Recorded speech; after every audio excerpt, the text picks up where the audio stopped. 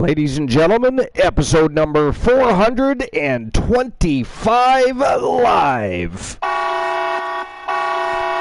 Let's go! Welcome to another Archiver's Gold Rush Tournament, and this is only the third time in history, by the way, ladies and gentlemen, that this specific championship belt will be up for grabs in a tournament, and that is all due to Team Froggy Mothlegs. We're going to talk about that in just a moment, but only the third time in history, and we're starting off, as you can see, with one hell of a tone-setting match for the evening. This truly is, ladies and gentlemen, the late-night place to be, the most must-see show on Twitch TV, and the very best in fantasy wrestling excellence, bar none, period, and we're about to set the roof ablaze. Are you ready for episode number 425? The Archiverse World Unified Television Championship Gold Rush Tournament. But before we get started, we of course have dirt sheets. We've now renamed it Between the Bells as per the great Glenola. And speaking of, we have three co-hosts to bring on to the broadcast. So let's introduce to episode number 425 the three co-hosts with the most.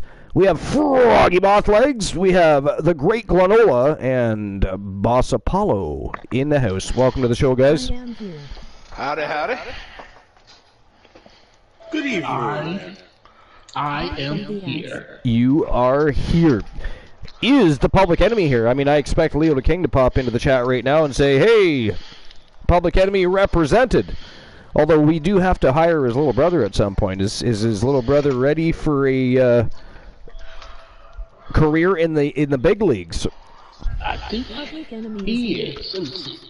Because, I mean, at some point we can... What's his name again? I know he's Eddie DeTerre's little brother. This I know. Leo King. Leo King. What's your client name again? Oh, Leo is here? Shocking, Yeah. really. Truly. And Public Enemy is here, according to Leo. Yeah, well, I mean, we expected that to come.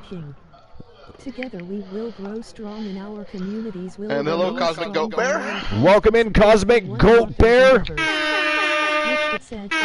And Leo the King in the house.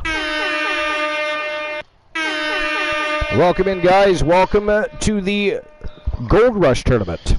Again, I was just saying, this is only the third time in Archiverse history that this specific championship belt has been put up on the line in a Gold Rush Tournament. This is actually a very prestigious championship for the Archiverse. It's the only championship that actually has never changed. Actually, there was a slight alteration to it between 1.0 and 2, but since then it has been the exact same championship. But it's very prestigious. It's very sought after. If you look at the list of champions, it's not an easy championship to win or hold on to, and anybody that's held that title, including people on this panel, will tell you that that is almost as tough to hang on to as the World Championship. Now, if you look at the list of people that have won the World Championship, there's not a very long list there because champions are formidable. They are formidable, and they don't like to give up that championship belt, so the list is a little bit smaller there. But... hello, DC. How's it going? Distinct Cone in the house. DC, the VIP of the Army. And she's wondering why you're making so much noise. She's trying to sleep. Welcome in, DC. We are making noise, DC, because it is time to P-A-R-T. Why? Because we gotta, baby. That's why. DC is here.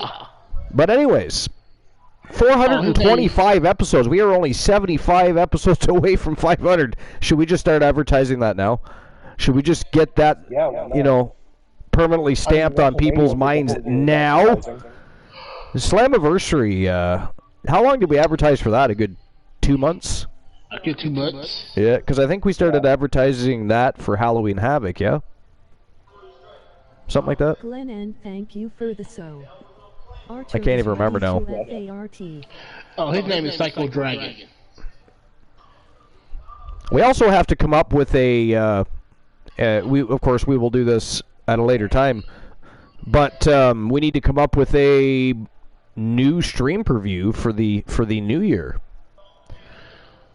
We don't have another. Again, there's only 3 that stood the test of time, so we're still looking for new ideas and concepts for stream previews that might be able to stand the test of time, much like Bash at the Beach, Halloween Havoc, and Slammiversary, which have all seen their second annual events. I think we've actually gotten one from last year that's going to stand the test of time. Did we? Tribute to the troops. Well, yes, we will likely do that again. But I'm talking that was also done on YTD Academy, though. I'm talking the regular season main roster stream preview.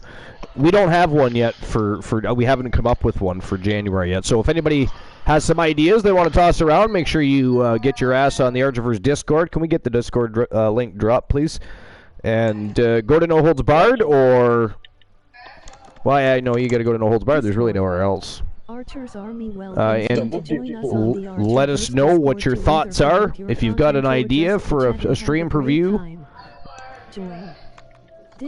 But yeah, but anyways, yeah, Slammiversary, man, what an awesome show. Best show we've ever done, hands down. So much fun. And not to toot my own horn, but I really loved the arena, the stadium for Slammiversary too. I thought it was cool, I'll be honest. But yeah, it was a lot of fun. Too bad my team didn't make it to Slammiversary this year. But hopefully that changes for next year. You know, you lose some, you lose some. Right? You lose some, you lose some. So true. And with a group of losers like the Coalition, well, it is bound to happen. But that's why they were fired. I don't know if anybody's been paying attention. But Archer and Jason Ironman got into contact with Archer. We all know who that is. That's the one that keeps Elijah Archer in check. And Dave Demented, yeah, they all called Archer. They're the ones that keep Archer in check, and they're like, I think some changes need to go down. So they were fired. They were fired, and if anybody's been paying attention to YTD Academy, Archer does have a new prospect, a new protege. But you'll have to stay tuned. And he's returning tonight. He's apparently going to be tapping into his old roots a little more. And he promises a bit of a different Archer tonight. So that should be interesting. But anyways, the World Television Championship, Froggy, your team knows just as well as anybody else. Tell us, how hard is it to not just win, but hold on to that championship belt? Okay, the Wolfpack is pretty formidable. Dexter's had his fair share of gold, but if I remember right, he got the belt, lost it to Regal. Regal kept it for a month and a half. Glenola, what you eating? Before Halloween. And just put down everyone that went after that belt. He muted before he answered the question. That's ghastly. How dare he chew in our ear and then press mute and not even tell us what he's having. Nor did he offer to share, by the way. Nor did he offer to share. I think it's Funyuns. Funyuns? Ooh, Funyuns are good. Sorry, no, it's saltine crackers and cheddar bacon cheese spread. Ooh, that actually sounds pretty good.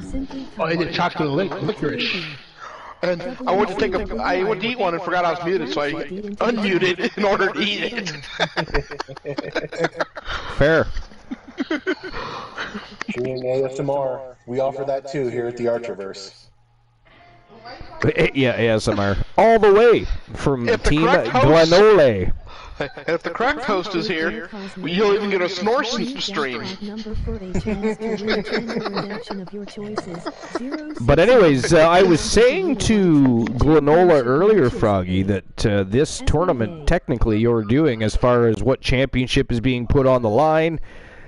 And I also, it was off, I can't remember if it was in a message and who I was talking to now, but I did say that it's cool to see a champion offering their title up and their team offering that championship up in a tournament and remaining their keeping that status quo as a fighting champion. Absolutely. Well, I mean, it's the TV title. If we're not making good TV with it, what are we even doing? Exactly. And that is, as a representative of a member of the Wolfpack, I'm sure Froggy agrees with this. That's one thing about the Wolfpack is they are fighting champions. They are definitely fighting champions. Anyone, anywhere, anytime, for any reason. Indeed. Yep. Oh, speaking of the Wolfpack, we have a couple of the baddest members of the Wolfpack in the match right now. That's true. The longest reigning champion and winningest superstar in Archiver's history, teaming up with another one of the baddest women on the planet, Tia Stevens, the anomaly, but Rose Brewer. And by the way, Rose Brewer, if for anybody that doesn't already know, has been inducted by her peers into the Hall of Legends. That's fantastic. Congratulations to Team Distinct Cone. Definitely deserving. Definitely deserving. Yeah, that was one of the first nominees. DC. Did you guys see that we had, of course, a new member of the Fam Jam added to the list of streamer teams today? A couple of them. Yeah, Reg 1986, and their superstar is what the hell was their superstar's name again, Glenola? Oh, hold on. Let me see if I can find it here. There's so many of them. I know. Let's see. Reg was Frog Hemmeth legs wrong stream. see, there's Mrs. Cookie. Where actually I got an idea. I'll just look this way.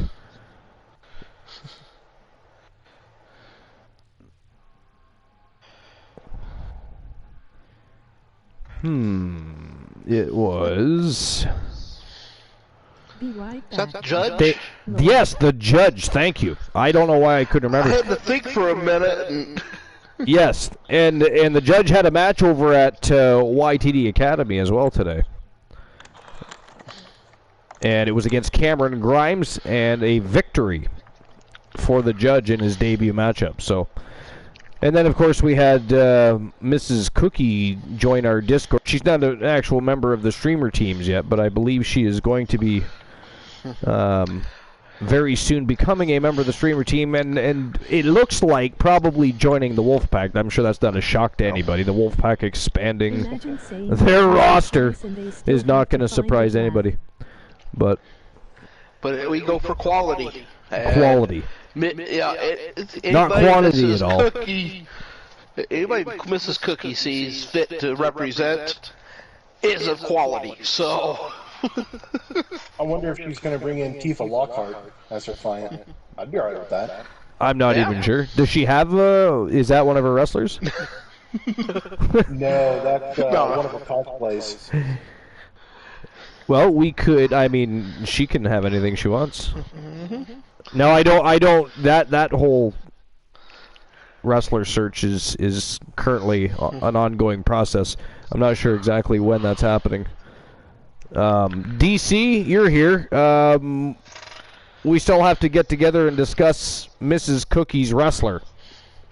DC stepped away for a minute. DC stepped away. How dare you, DC, step away from the broadcast? That is ghastly. We should ban Cosmic Goat Bear for that. We really should. Nah. But anyways, yeah, so, But if you really want somebody banned for that, there you go, Archer. yes. No! We do not try to ban the broadcaster. Congratulations. That sort of villainy is not to be entertained. Local Frog Hemmeth So, It's entertaining. is it now? Entertaining to whom? I'm entertained by it. Glenola is entertained by it. Well, as long as Glenola is entertained by it, this is good. All right. So, anyways, we may as well get into the dirt sheets a little bit, see what's going on in the world of pro wrestling. But before we do that, Froggy, how was your day today? It's been good. It's been good. I woke up modding and then watched Life, and now I'm here. Did you say you woke up modding? I woke up.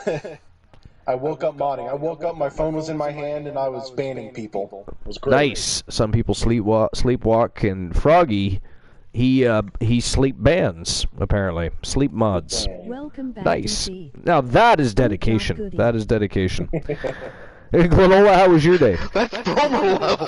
That is right. That is definitely Bromer level. Welcome back, Code. Welcome back, DC. DC, I was saying that we still have to get together and discuss Mrs. Cookie's wrestler. We have to make sure we discuss that so we can get her part of the Fam Jam, part of the streamer team. And, of course, she can then, join the Wolfpack. Boats and hose. The Wolfpack Gals, to be exact. The Wolfpack gals. Cosmic Goat Bear says boats and hose. Gotta give me my boats and hoes. Boats and hose. Sounds like a biblical story. But anyways, I prefer titties and beer, but titties and beer. I mean, titties and beer work. Titties and beer work. There's nothing wrong with that. Nothing wrong with that. Boss Apollo, how was your day? Shouldn't it be cutie you talk to about that? Lol Archer. Boss Apollo is MIA. He's really good at that. He's like Houdini. You know, 1 minute he's there, the next minute he's poof, gone. And we don't even see the lights go out. He just. I know. He just. I wonder if he's been taking lessons from like Team Kraken Skulls. That's what it is. Although he doesn't talk about dildos and stuff, so probably not. You know, he's not hiding under wrestling rings doing strange, inexplicable things. And welcome to he's the not fan burning jam. down Archiverse stadiums. He's not burning down Archiverse stadiums. Yeah, he's not doing that either. So. Just a shot in the dark. All right, but anyways, we may as well get into the dirt sheet, see what's going on in the world of pro wrestling. But before we do that, why don't we get the show on the go? Peeps are here. More peeps are going to be here, and they are here not to just listen to our serenading voices. Although they are beautiful, are they not, Froggy? I mean, our voices are they should be shared globally. Absolutely. And of course, the great Glenolan is his karaoke-worthy singing voice, blessing and gracing everybody's presence. And the Boss Apollo, well, you know, he's here at times. He's here at Cosmic times. Goat Bear, in the Discord, there's a channel called Ink That Contract. Go in there, leave the details, and Archer will get to it when he gets a chance. Yeah, either information on how to create a wrestler for you, and or if you have your own wrestler ready to be signed, I just need your hashtag information for that wrestler.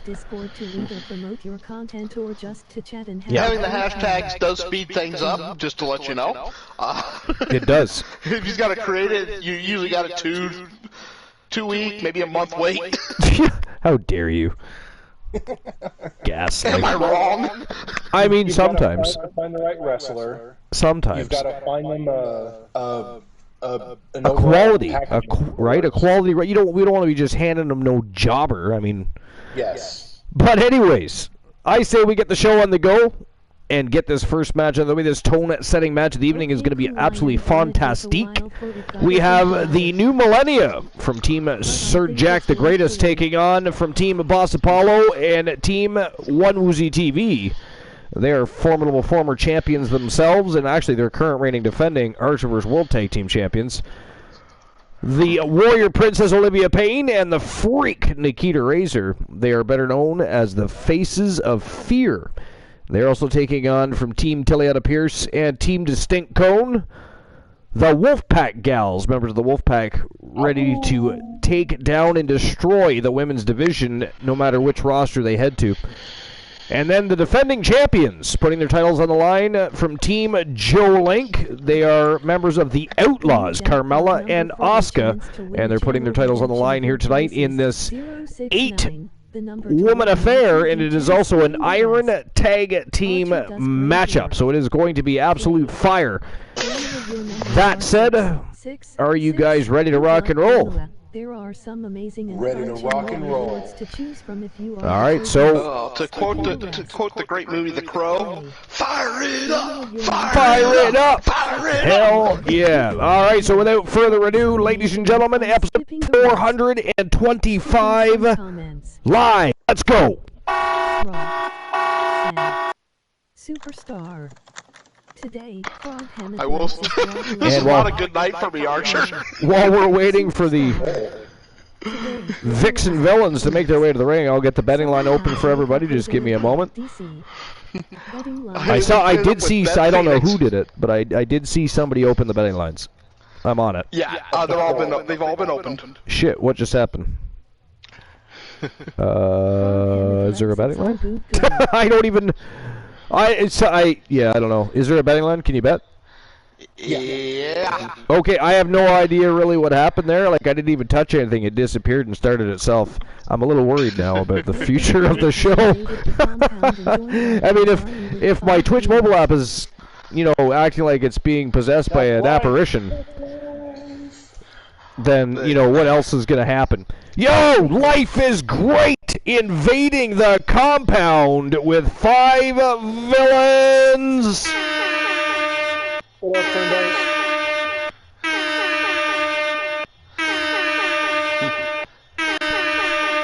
Welcome in, guys. Welcome to episode number 425. And for those of you that know, you know this is the third time only in the Archiverse history that the World Unified Television Championship is being put up for grabs in a Gold Rush tournament. And, of course, we're kicking things off with one hell of a tone-setting matchup.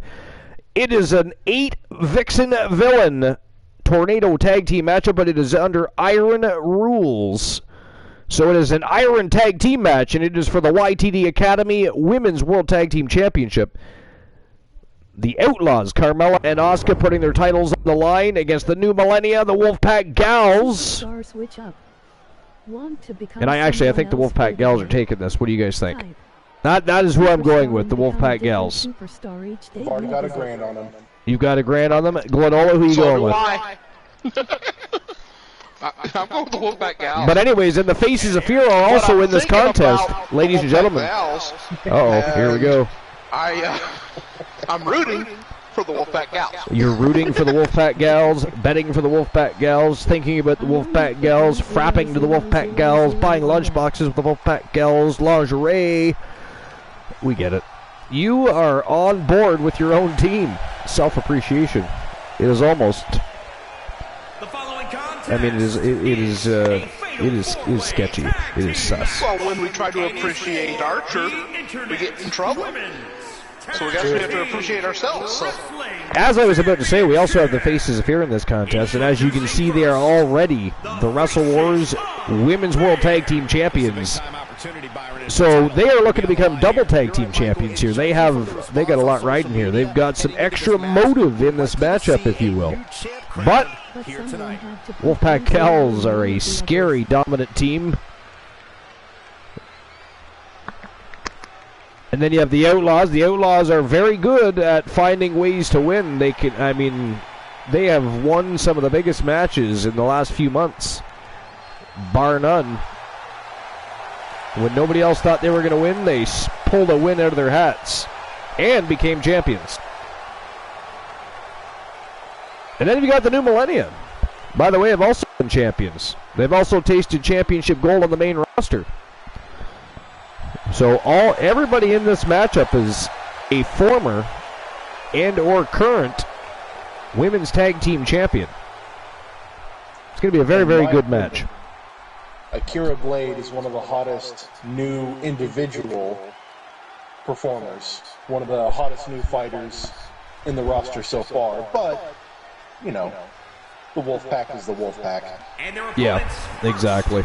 They are the Internet Women. And speaking of the reigning defending champions, here they come.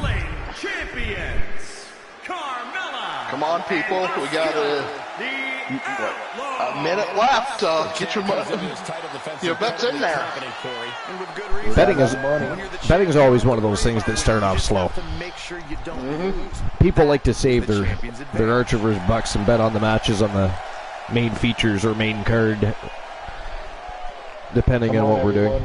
DC has 10 grand riding on this one. 10 grand, and not Joe Link, Froggy Mothlegs had already put $1,000 on the Wolfpack Gals. So did I.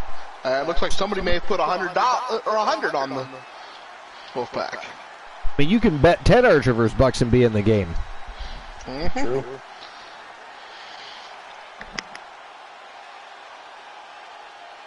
But anyways, was the only draw we had. The only tie we had at Slammiversary. Was it not was it not? Yeah, I think it was the women's tag team match, was it not? Yeah. I could be wrong about that. I forget now. But I believe it was the women's tag team match that went to a draw. That just goes to show you how tough these ladies are. Oh, it is a tough division. I mean, the women's division and the women's tag team division. I mean, they're both very deep, and there's a lot of formidable teams. I mean, Archer, looks like there was no bets on anybody except the Wolfpack. wow. May I suggest going ahead just saying Wolfpack won, just return the bets and wait till the next match. Well, I would just delete the betting line is all we would do there. Yeah, I mean, if everybody bet on the Wolfpack, then yeah. Doesn't make, you're just going to get your money back. So you telling me nobody bet on Facebook? And actually, the way they divvy up the Archiverse bucks, you might not even get all of your money back. Somebody else might get a bigger slice of the pie. Well, that's fine, though, on my part, that's fine. You know. Yeah. So what I will do is simply delete it and return everybody's Archiverse bucks. I dare y'all not bet on Facebook here. Well, nobody did. Everybody bet on the Wolf. There we go. So I returned all the Archiverse bucks. They have been distributed back to their respective wallets, if you will. Why, thank you. Yeah, I was kind of. You see anything going on in the dirt sheet? You mentioned something earlier about Cody Rhodes, I believe. Yeah, I'm reading right now. It says, let's see, The Wolfpack.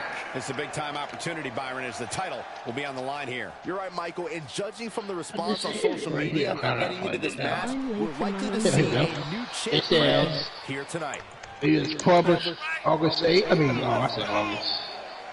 Brewer also coming into this match a champion. As you can see, she's the women's pure wrestling champion.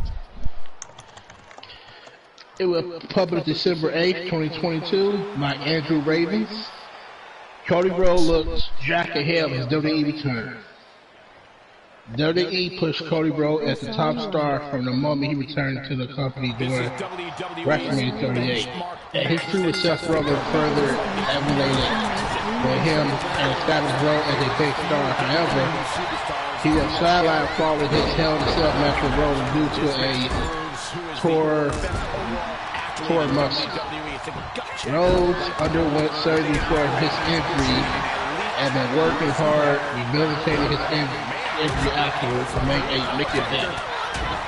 Rhodes recently took a photo at the Sports Rehabilitation Center Physical Therapy in Atlanta. As seen below, he looks great and in shape.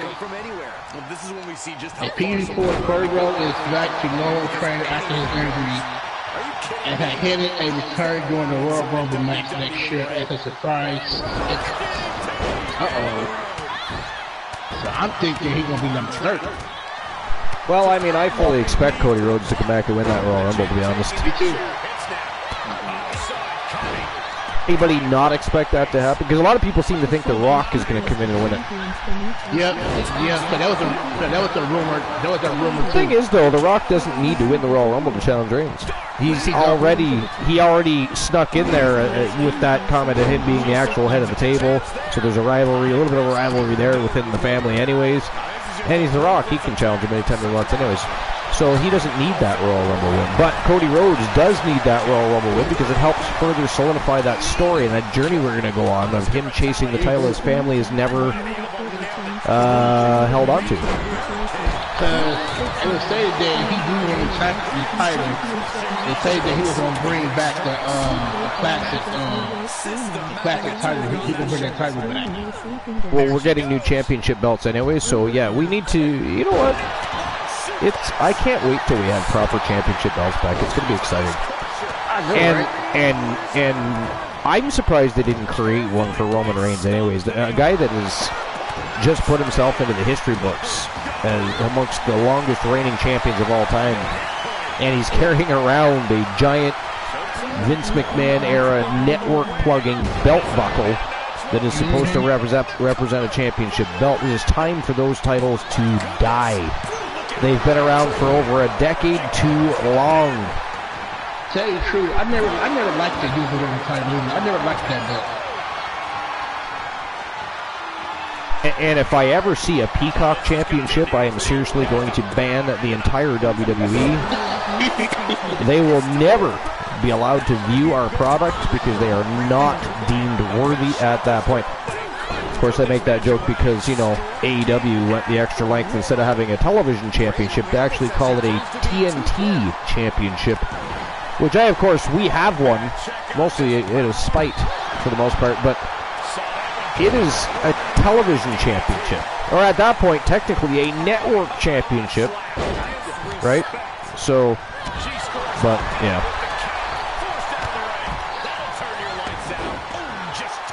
What else does it say?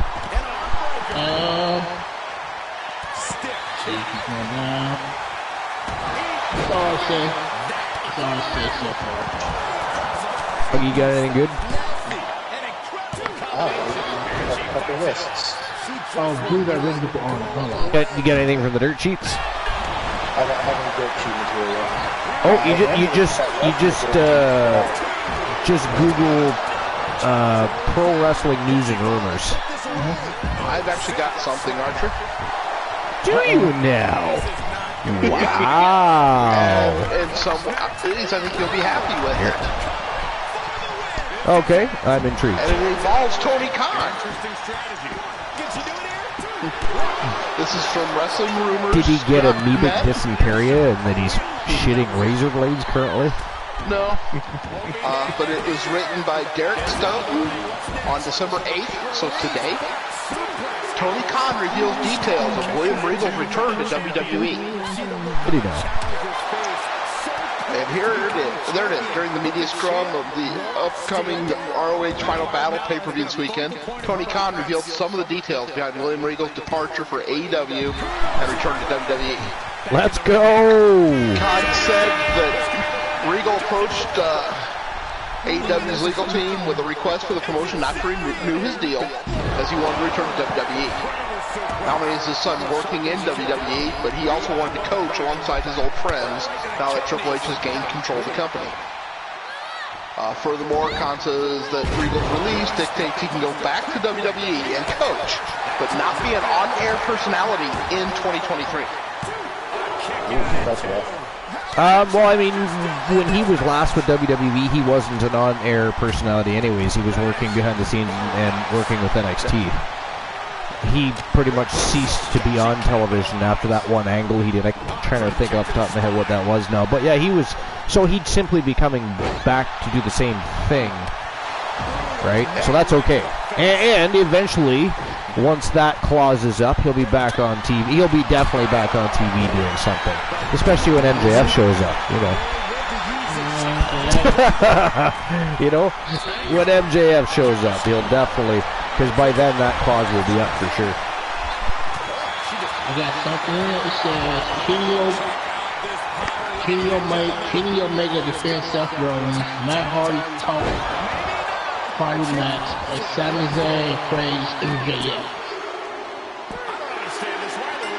The question is, Umaga admits I believe we just had an elimination. I'm just trying to see. Oh no, it was an elimination. It was a fall. Oh no, yeah, somebody had a fall. Who was it? Was it Carmella? Okay. I know I heard the bell ring, but I missed exactly what happened. But boss, while you're reading that dirt sheet information, I'm just going to run to the facilities and back real quick. I'll be right back, guys.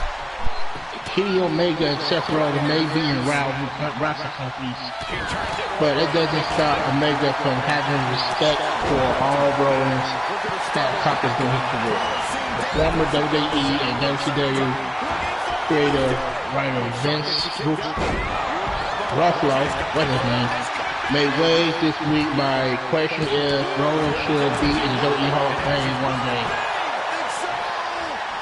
Ross called Rollins a good little hand and wondered what is special about him.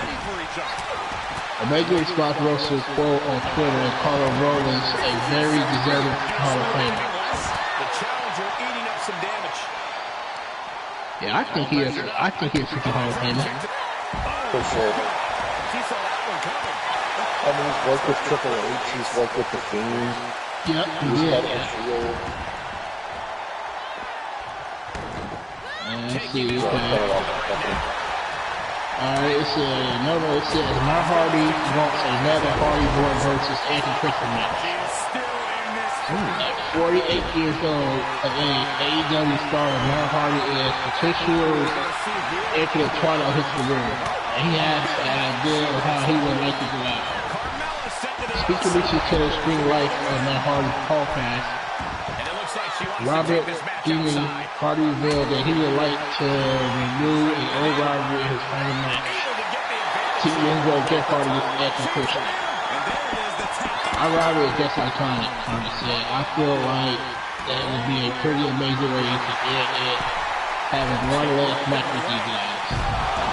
The team of Hardy Boy can end and Christian have many classic matches during their time together in WWE in the late 90s and early 2000s, including their first TLC matches along with the Dudley Boys. The Hardy and Christian also helped put each other on the map in 1999. And they faced each other in a series of matches called CDXXV Tournament, including a ladder match at No Mercy. While a final match between the legendary team would appear to be a long-term wrestling fan, it would be difficult to do in the near future. I have returned. What have I missed? What's the score at right now? Anybody know? Wolfpack has one, unless I missed anything. All right. 7.5 minutes left. Nice. I don't know how they would be there. It could be a thing that I want to see. Hey, you want to see a Robert, so Matt Hardy said that he wants his last match to be with Anthony Christian. Him and Jeff Hardy versus Anthony Christian on his first last match. I mean, on what platform? Like, in what promotion is that going to happen? We just had another pinfall or submission. I'm not sure which. There was a lot going on down there. Did anybody see who picked up that fall? I didn't. No, neither did I. It is absolute chaos out there. My God. DC says Rose got the point. Rose got the point? Nice. So what would the score be at right now then? 2 for the Wolfpack. Outlaws 1. Okay. With 6.5 minutes remaining. Alright, the last thing I want to say is this. Zhang Wang MJS, someone he would like to face. Alongside the bloodline, Saturday is one of the hottest acts in the wrestling world currently. And in the interview last week, he recognized another performer who had picking up ready for it. Appearing on Sheet Heat with Peter Rosenberg. Life says, is Rose part of the Wolfpack? She is part of the Wolfpack. She was recruited by one of the great Glenola and Alan Severn. And then, of course, Tia Stevens followed suit. We just had another pinfaller submission. I missed that, too. I should ban all of you. Making me miss stuff. What was the last pinfaller? Or submission? Someone pinned Rose. Someone pinned Rose? Well, oh, Rose, a near fall there. She had a 2 count, just about picked up another pinfall. So who pinned Rose?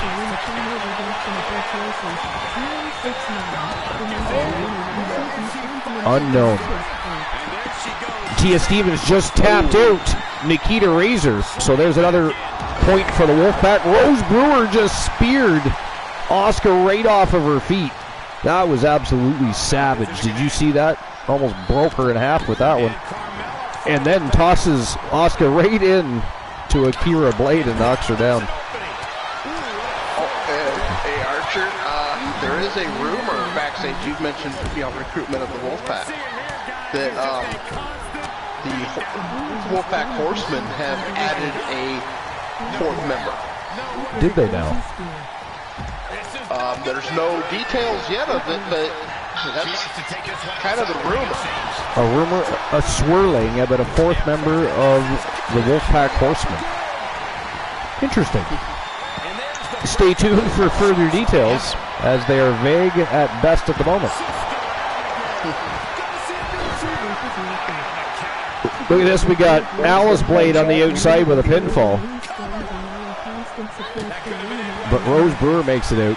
Why would she break it up? Oh, I see. Tia Stevens was over there too, but I mean, she wasn't the one being pinned though, so I'm still a little confused. She broke up a fall.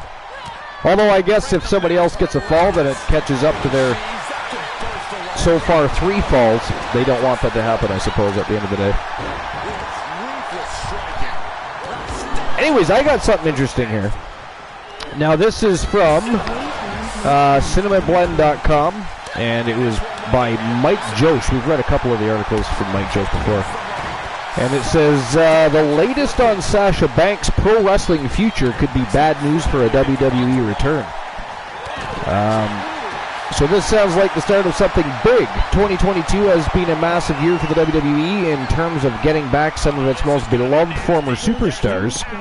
We've seen Cody Rhodes jump ship from AEW, Bray Wyatt re-emerge from the shadows, but there's still one big star frequently rumored to return who still hasn't yet.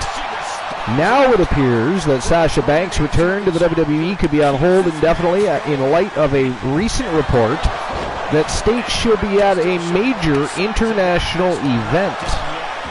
As the WWE's main roster rests up ahead of the upcoming WWE events in 2023, Mercedes Varnado, known in WWE as Sasha Banks, is reportedly headed to Japan. Not that that means anything. We all know that if you're in Japan or you're in Impact Wrestling, you're eventually headed back to WWE, so that doesn't even mean anything, right? For those of us that know. But anyways, PW Insider reported that Banks will be at Wrestle Kingdom 17. And by the way, folks, if you've never seen a Wrestle Kingdom event, you're missing out. Watch Wrestle Kingdom 17. It'll be a phenomenal show, I guarantee you. They put on an absolutely awesome event.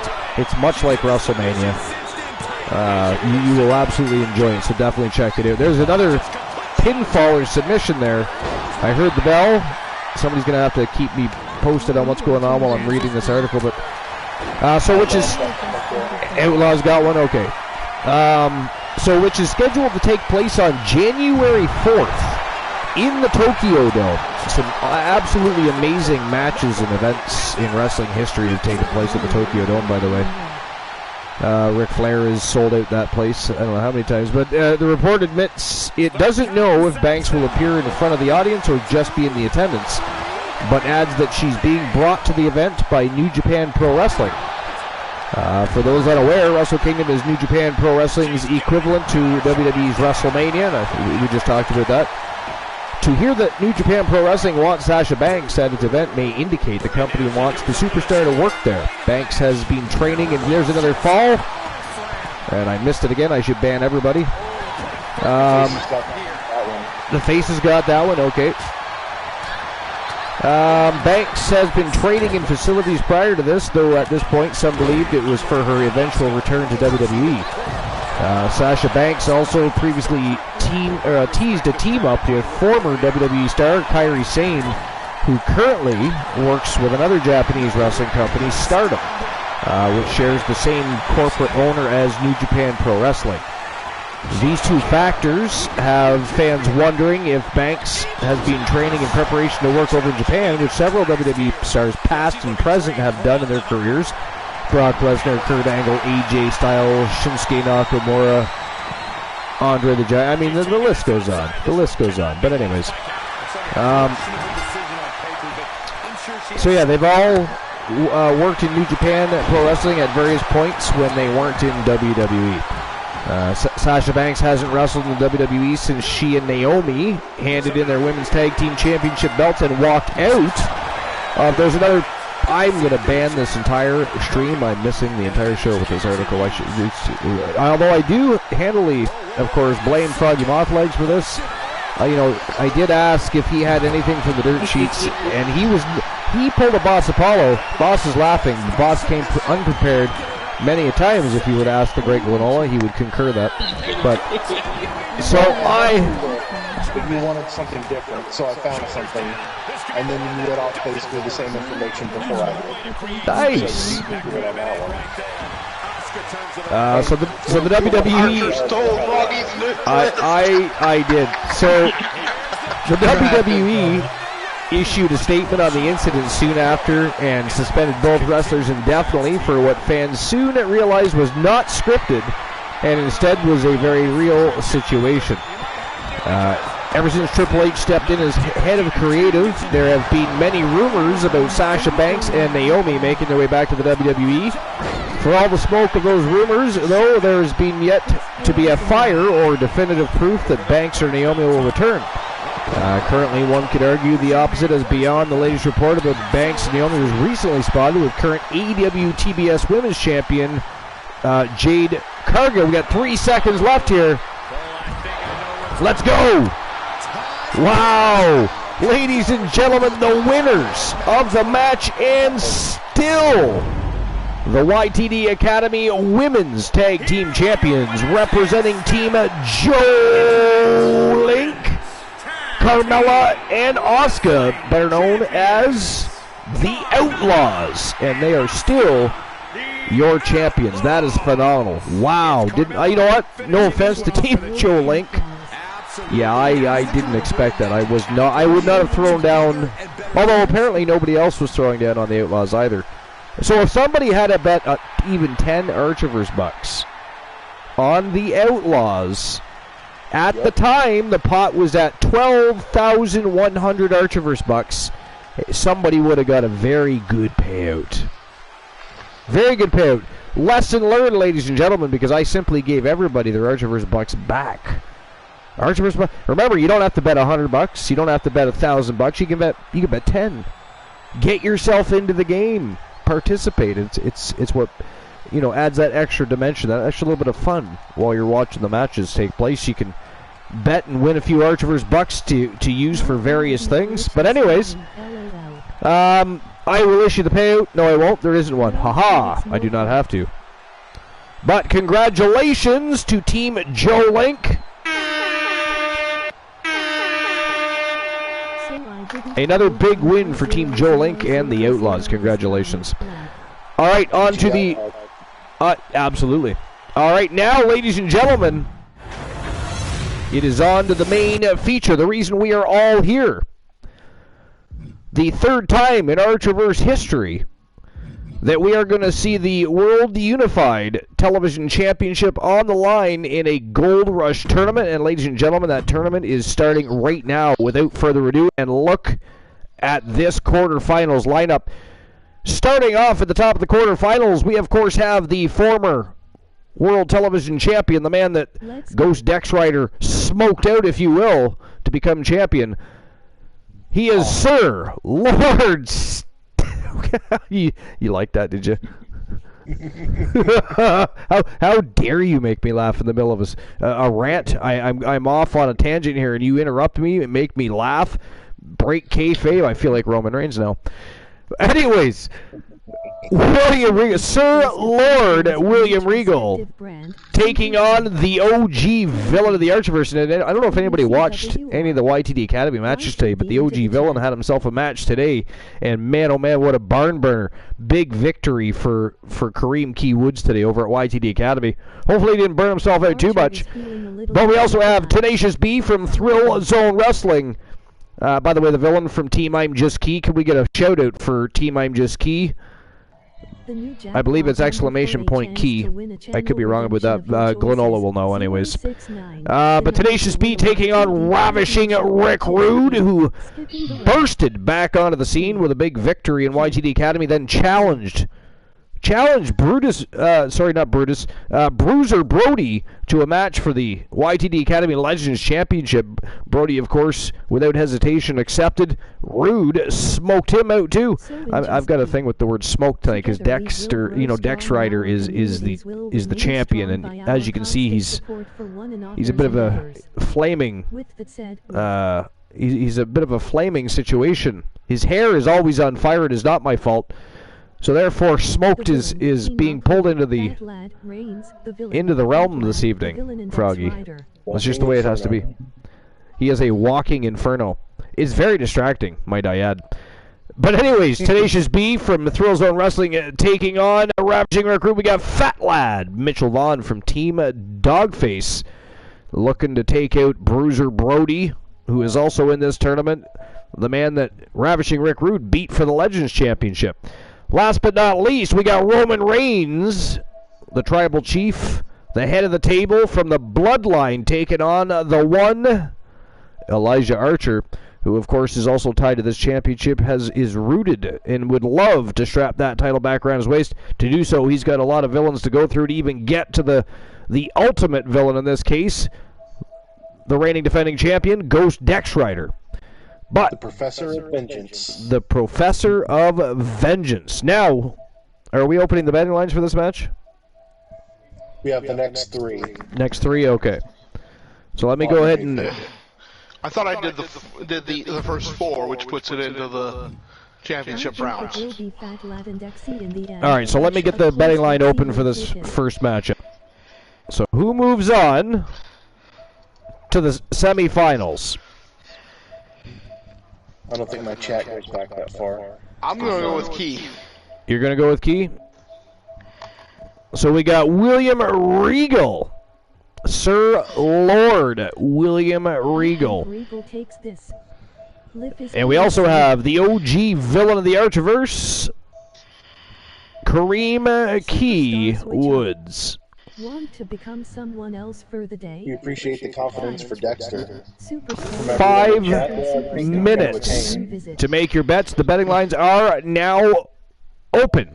So you gambling fiends can go ahead and make your bets. See if you can win yourself some Archiverse bucks. All right. So, Froggy, who are you going with? Regal. You're going with Regal, okay.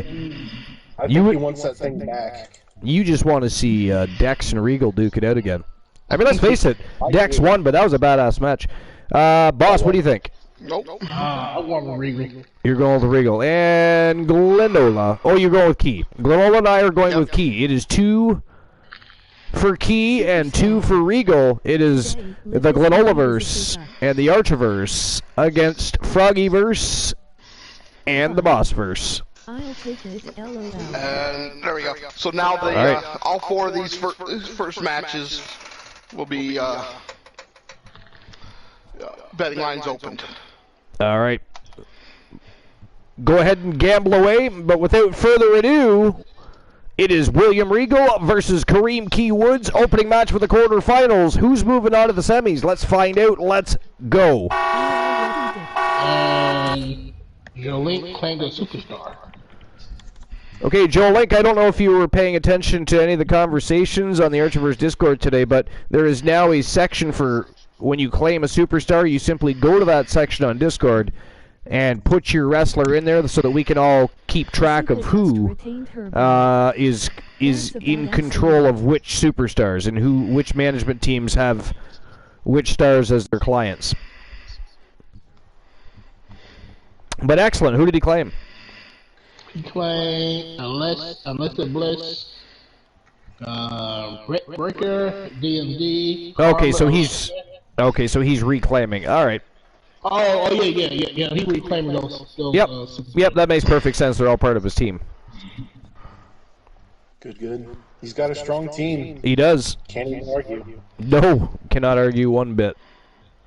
I mean, they even give the Wolfpack hassles, right? So I mean. Yeah. No way. All right. Time. I'm going to go back to my article here so I can get it finished up. I'm sure you guys got things and articles to discuss. So I was, let's see, it was last I said was Naomi was recently spotted with current AEW TBS Women's Champion Jade Cargill. It doesn't sound like either is all that close to returning to the WWE at the moment, but that doesn't mean things can't turn on a dime. The WWE, especially under this current regime, seems very willing to let water flow under the bridge when it comes to past issues, and would no doubt love to have 2 of its top women superstars back in the mix. Unfortunately, it looks like they might have found new homes elsewhere. As it stands, though, this is just a rumor. We'll have to wait for confirmation and see where Sasha Banks might be headed in 2023. Anyone with a Peacock Premium subscription can still check out some of Sasha Banks' greatest matches with the Wii. They have a great editing team. It's supposed to say with the WWE, and certainly matches with the Wii. They're playing Nintendo. They're having a great time. The women's division definitely feels crowded these days, but I'd wager there's always room for a talent like Banks if she does come back. And again, let's face it, for those of us that know, we know that the two main promotions right now that seem to be feeder systems for the WWE, well, actually one always has been, New Japan Pro Wrestling, and one that seems to have taken over the role of ROH, because ROH used to be the go-to, but now... And this past year alone proves my point. How many times did I tell you guys, hey, look, this person's in Impact right now. They're going back to the WWE shortly.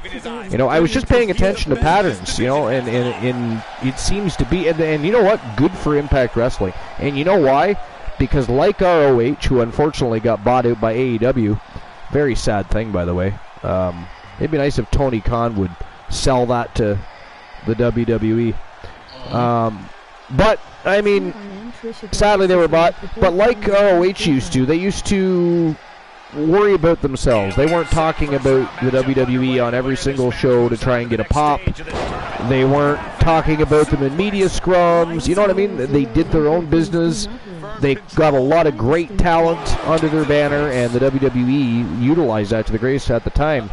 Now that seems to be a role that, in my opinion anyways, that Impact has taken over. What do you guys think? Together we will grow strong. What do you think, Lanola? Yeah, that's what we thought. Lanola was sleeping. Lanola was sleeping. Uh-huh. The brain shut off. That was not drifting. It was shut off. It was awake, but I was awake. But wow. Did anybody clip that? Did anybody clip that? Lanola pulled a Christian Cool. No. And we have new followers on the PlayStation. Thank you for the follows on the PlayStation. Now get your asses on over to YouTube. Subscribe to the Archiverse on YouTube. Then backtrack all the way to twitch.tv/the Archiverse and come join us live here on Twitch. We are the greatest wrestling promotion on the planet, and we are underway with a fantastic tournament. But thank you for the follows on PlayStation. We seem to be gaining followers on PlayStation, Twitter, obviously YouTube. By the way, guys, thank you very much for your devout support, your unwavering support for the Archivers, because you guys have helped YTD Academy over on YouTube take off. We're now up to 390 subscribers on YouTube and growing. And again, you're talking about a YouTube channel that I didn't use for over a decade. When we started, actually, I started uploading and adding to our library. So I uploaded all of our shows because I didn't trust Twitch anymore because they were deleting VODs. So every show from episode number 100 all the way up to episode number 424, which happens to be the second annual Archiverse Slammiversary event, which was absolute fucking fire, by the way, so go watch it if you haven't. Either here on Twitch and give us the VOD view, or on YouTube, I don't care, do both. But it was fantastic. But anyways, you guys have really helped to grow the community and expand the Archiverse, and we have such a time. We're up to 390 subscribers, and again, we've done this in about 6 months or less, because when I started utilizing and recording and uploading dark matches for YTD Academy, and we started doing live shows, which we've now had 10 episodes of YTD Academy, I had 2 subscribers, so in 6 months or less, we now are up to 390, and our watch time hours are shooting through the roof, because we got matches that are getting normal views, we got some matches that are in double digits, we've got some matches that are into the hundreds, thousands. We've got a lot of people paying attention to the Archiverse on YouTube, and it is because of you guys being supportive both here on Twitch, over on YouTube. And if you're on Twitter, by the way, the Archiverse is on Twitter. Feel free to add me. I will add you back and follow you. We are a community. We support each other's endeavors, whether it's here on Twitch, whether it's on YouTube, Twitter, Instagram, TikTok, WhatsApp. I mean, it doesn't matter what... Well, I don't support WhatsApp, actually. I will not follow you on WhatsApp. I lied.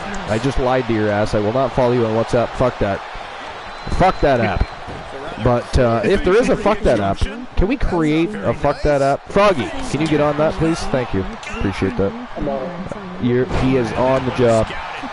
But I thank each and every one of you, because you guys, you know, we have built a real awesome thing with the Archiverse, and it just keeps growing. And, you know, you might go to some channels and you might see other wrestling streamers that have 50 people in their chat room. You might see some that have 25, 30. And we do get larger amounts of people in viewing the Archivers, just not on a consistent basis like some. They've likely been around longer. But what you will find is that we separate ourselves from the pack. No offense to the Wolfpack, but we separate ourselves from the pack. And you'll very quickly come to realize, and Froggy could tell you, Boss Apollo could tell you, Granola could tell you, we are, without a shadow of a doubt, the very best in fantasy wrestling excellence, or EFED wrestling excellence, is what you may know it as. Bar none, period. That isn't just a slogan. That is truth. And we have a fantastic community full of really, really great people, which is why we continue to grow. Yep. This is the late night place to be. The most electrifying show on Twitch.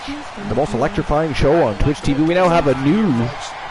We now... He just added to the slogan. After almost 2 years, he's decided he wants in on the action for the intro. Isn't that nice? He's trying to upstage me now. Great. He's taken over. I mean, him and his team have taken over the tag team division. They're stealing belts from people too, by the way. They're stealing belts from people. War of the Machine just takes whatever he wants. I mean, who's going to stop him, really? Who's going to stop him? Like, right? So no, I know. They invaded Boss Apollo's universe. I mean, it is crazy. The Wolfpack they don't just want to be global. They're going for universal here. It is quite ghastly. It is really quite ghastly. But oh yeah, did I mention that the Iron to Gold is inside of a cell? I think I neglected to mention that. And not just in the cell. Hell in a cell. It's always going to be a bit of an element of surprise. Walk off the cell. How dare you, sir? How dare you? How does Archer get dragged into it? I mean, I guess he is in the tournament, so there is correlation there, but how dare you bring Archer into your spiteful remarks? Ghastly. I thought it was hilarious. It was. That's right, Boo the Man. I agree. I fully agree. It was not hilarious. Not funny. That was not funny either, Froggy. I do not appreciate you adding and entertaining his antics. Thank you. When you are well on your way to winning a match and you just decide to by the way, walk off the top of a cell. What is with you and your colon? Do frogs have I mean, are you more susceptible to gastrointestinal infections or something? What is with you and you're talking out your ass? It really is disturbing.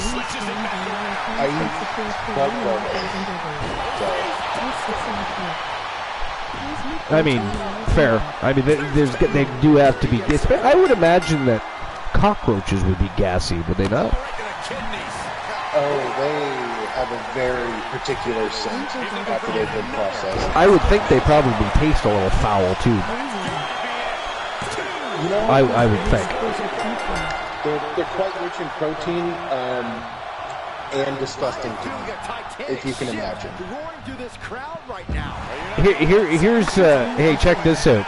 I gotta read this. This is fucking hilarious.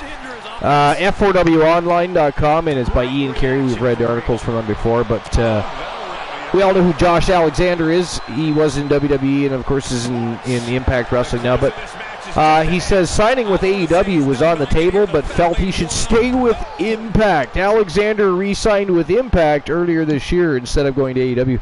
That is awesome. Wow. That says a lot, you know. That says a lot. But, so Josh Alexander says signing with AEW was an option when he was a free agent earlier this year, but ultimately he felt that staying with Impact Wrestling was the right move for him.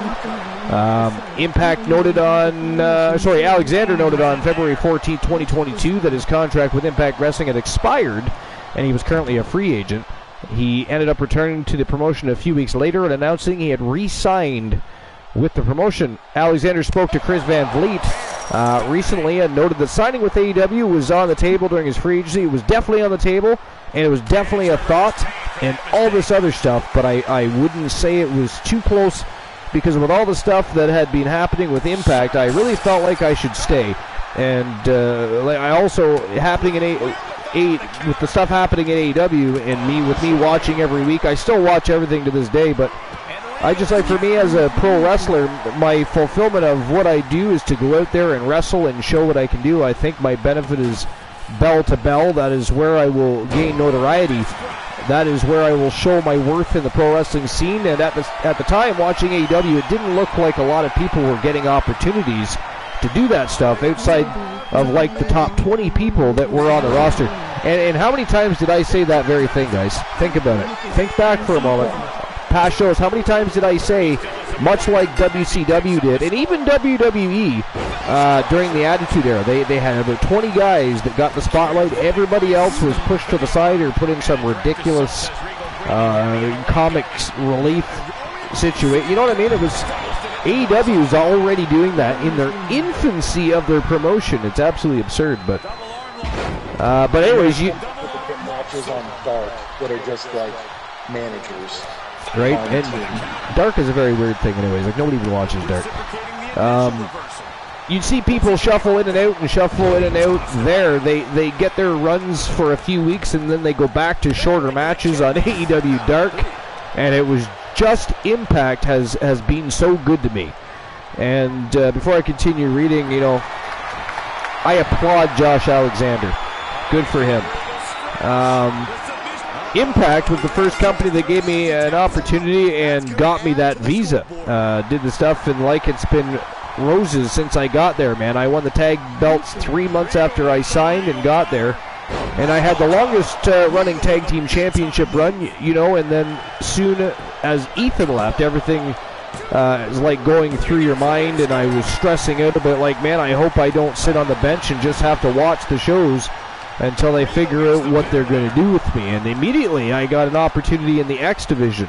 And you know, that happened with Awesome and all this other stuff. It was just opportunity after opportunity.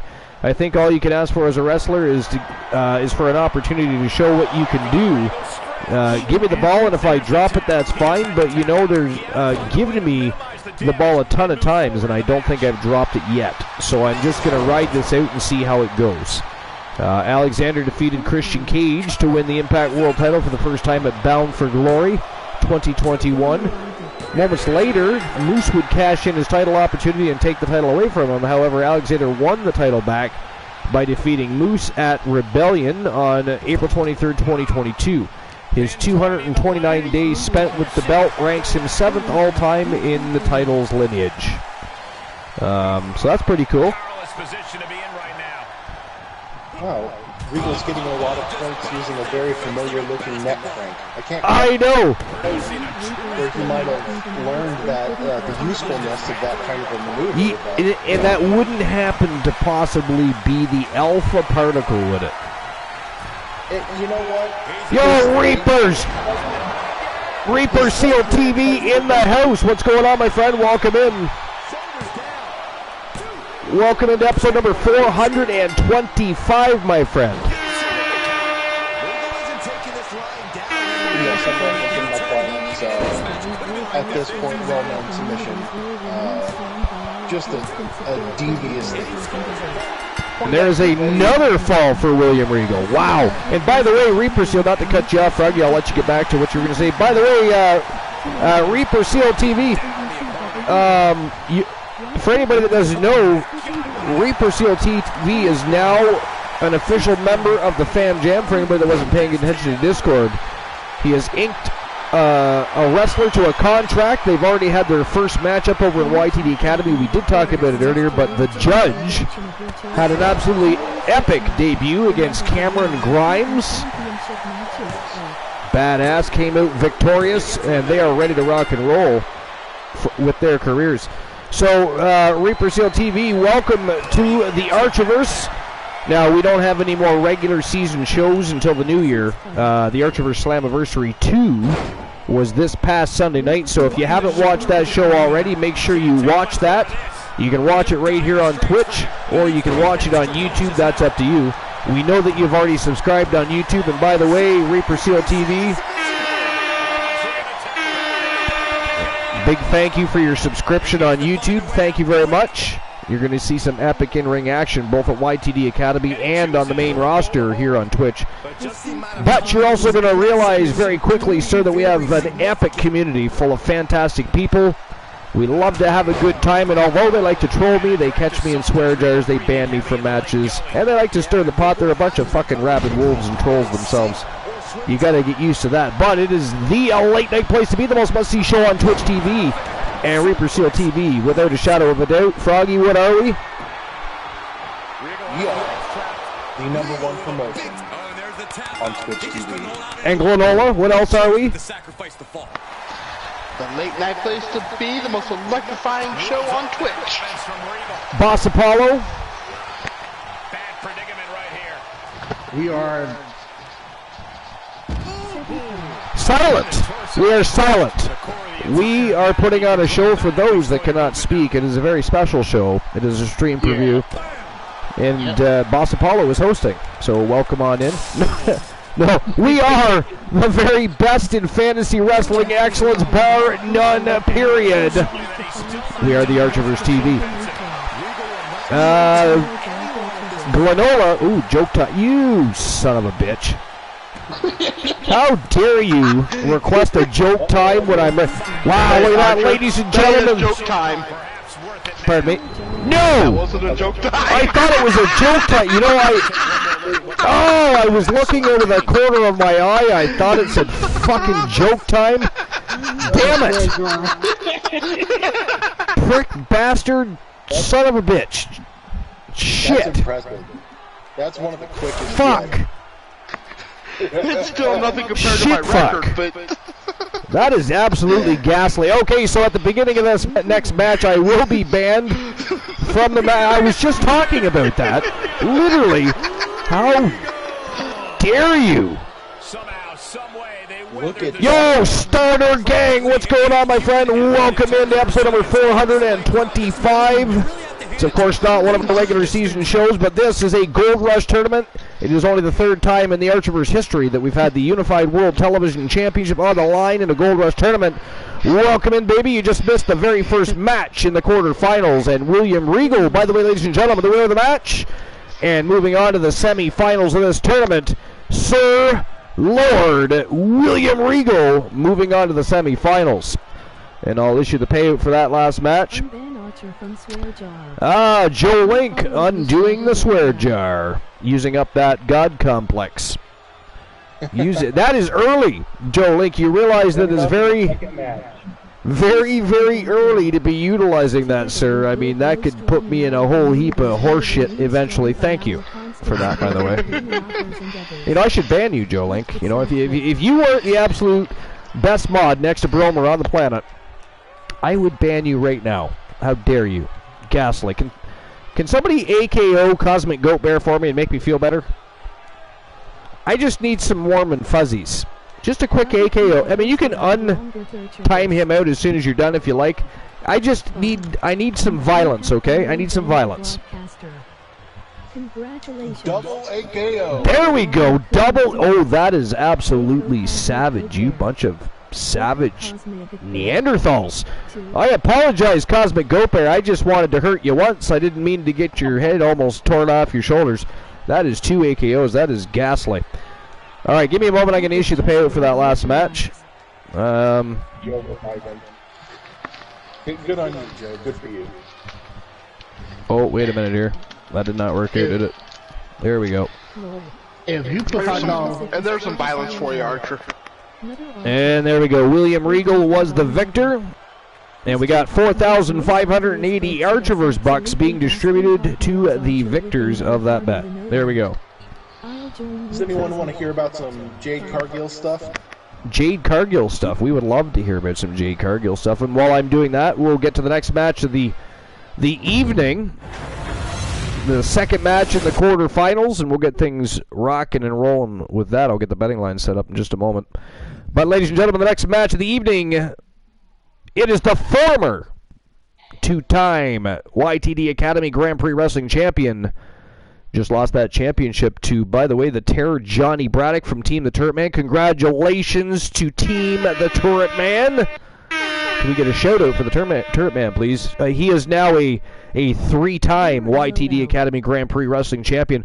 But Tenacious B taking on Ravishing Rick Rude. MRT. Who do you guys think walks out of the quarterfinals and into the semifinals to face Sir Lord William Regal? Is one of the kindest, most humble and yet charismatic, entertaining and witty streamers. Don't answer all at once. Going with Rick Rude. There we go. Glenola has the vibes. Man, aka MRT, aka T. Froggy, what do you think? One of the kindest, I got most money on humble B. and yet charismatic, He's entertaining and witty streamers you will come across. he's up for one of the Hall of Fame awards. Not Hall of Fame status, but Well, he was. Those have closed.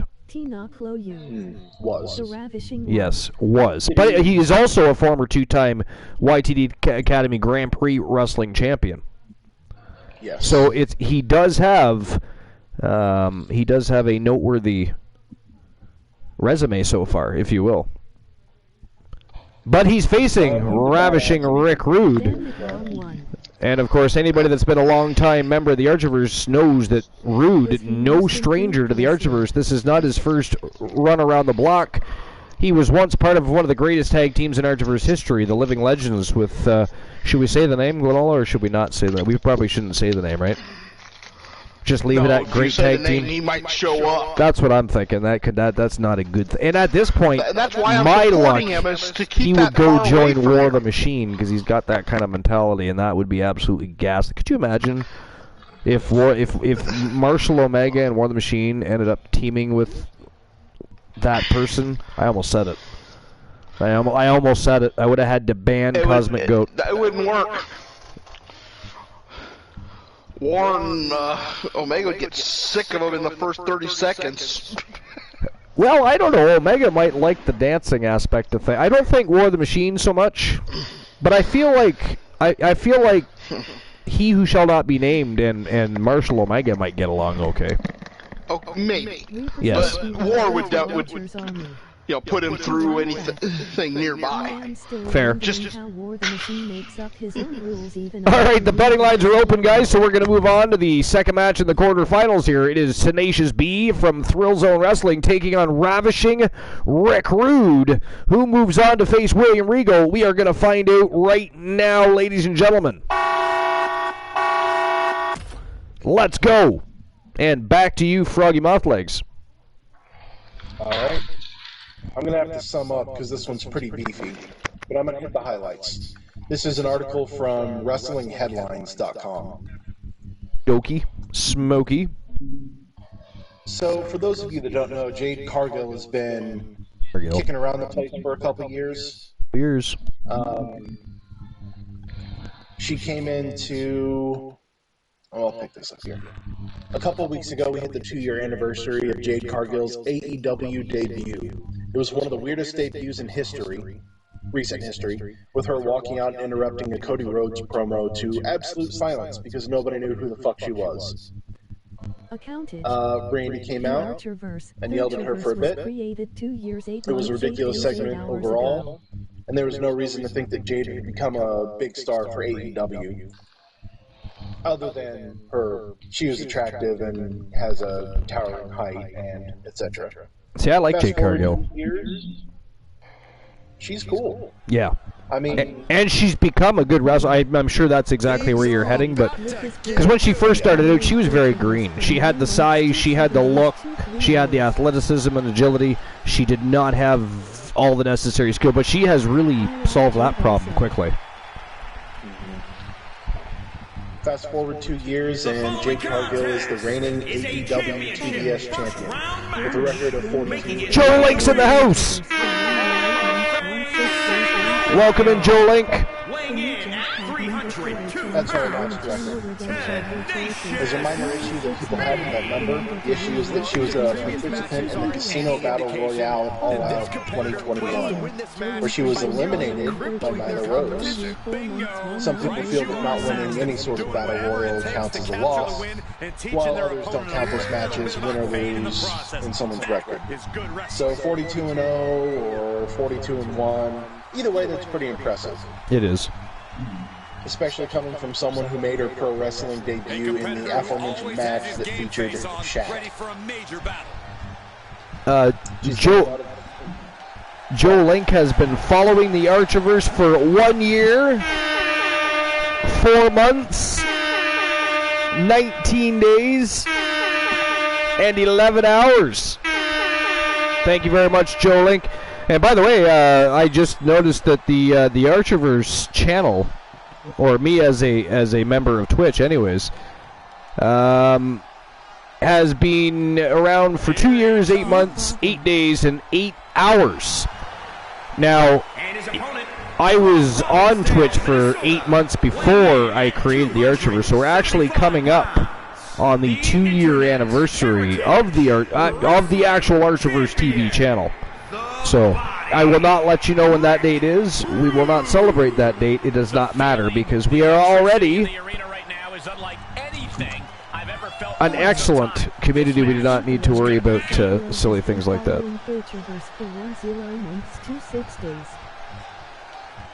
But go ahead, Froggy. Oh wait, Life is Great has been following the Archivers for 9 months, 27 days, 23 hours. Thank you very much, Life. Appreciate you.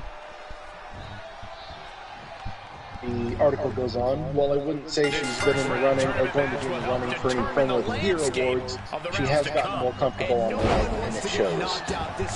As for her in-ring work, she's in a very tricky place, and those in charge of putting the matches together need to pay very close attention to what they do.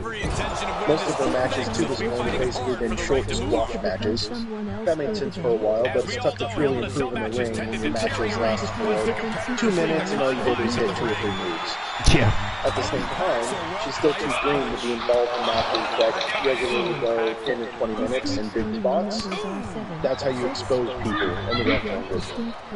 All right, Life, have a good night. Thanks for stopping by. Appreciate you. We'll talk again soon. I'm gonna hit the hay.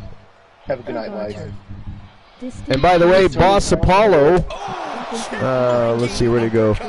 Boss Apollo has been following the Archivers for 10 months, 26 days. Appreciate that, boss.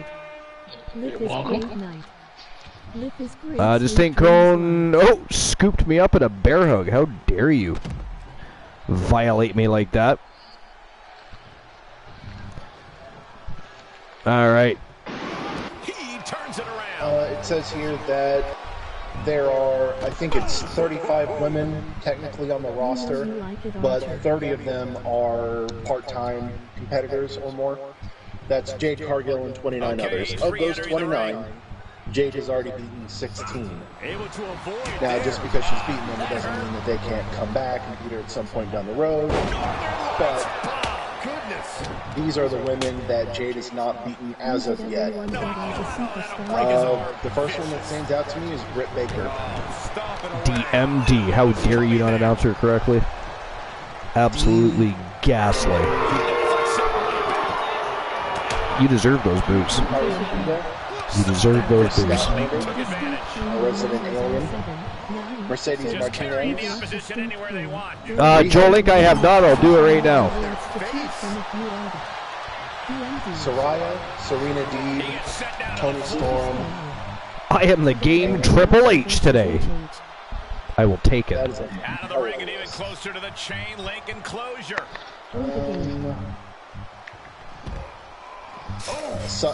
Emi Sakura and Yuka Sakazaki have never received consistent television time in AEW, let alone big pushes. Abaddon have the type of character that makes you pay attention when they're on TV, but they're not on TV very often.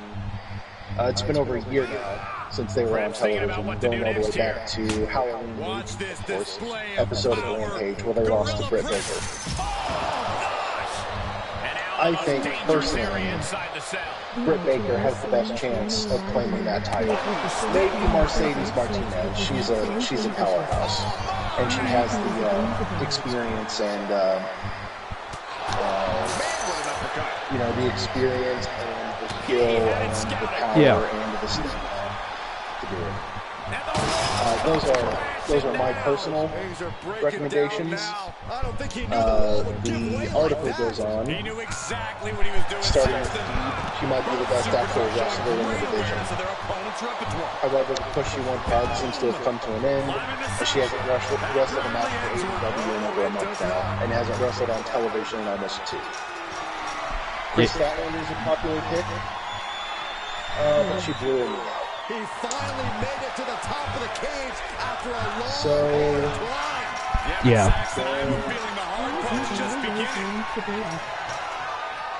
This Here's is several thousand word articles, so I'm skimming through. Yeah, I don't blame you. Tony Storm is a lot better in the ring than she often gets credit for. True. She's been placed in some strange situations, both in WWE and now AEW, but she's continued to shine. Tony Khan noticed it, recently saying that Storm is not only one of AEW's MVPs this year, but she has one of the best signings in AEW history. She probably is, actually. And the one they've actually at least utilized better than some of the others they signed anyway. Absolutely. Yep. And then Saraya. There's a lot we can say about her. The fact that she returned from a career-ending injury that forced her to retire at the tender age of 25 is a AKA Paige, by the way, for anybody that doesn't know her by that name. AKA Paige, AKA the lady from Fighting With My Family. It's a good movie. Actually, I haven't watched it yet. I liked it a lot. Vince Vaughn's in it. Liked it a lot. He's able to find enough grit to fight out of the hole. Crucial escape here. Quick thinking pays off. Basically, their statement here is that Saraya possibly getting the belt is all contingent on her being able to return to pre-injury form, or at least something close to it. Yeah. So the match at Full Gear wasn't the smoothest in the world, but I don't think even the biggest fans were expecting a 5-star classic in the first match. No. I mean, not everybody's capable of such things, right? Some people can shake off that ring rust no problem at all. Other people not so much, so. Their conclusion here is if Chris Statlander returns from a knee injury, then Statlander should be the one who beats Jade. If that doesn't work, I can't I can't. No, I can't say I disagree with that. That's probably pretty accurate.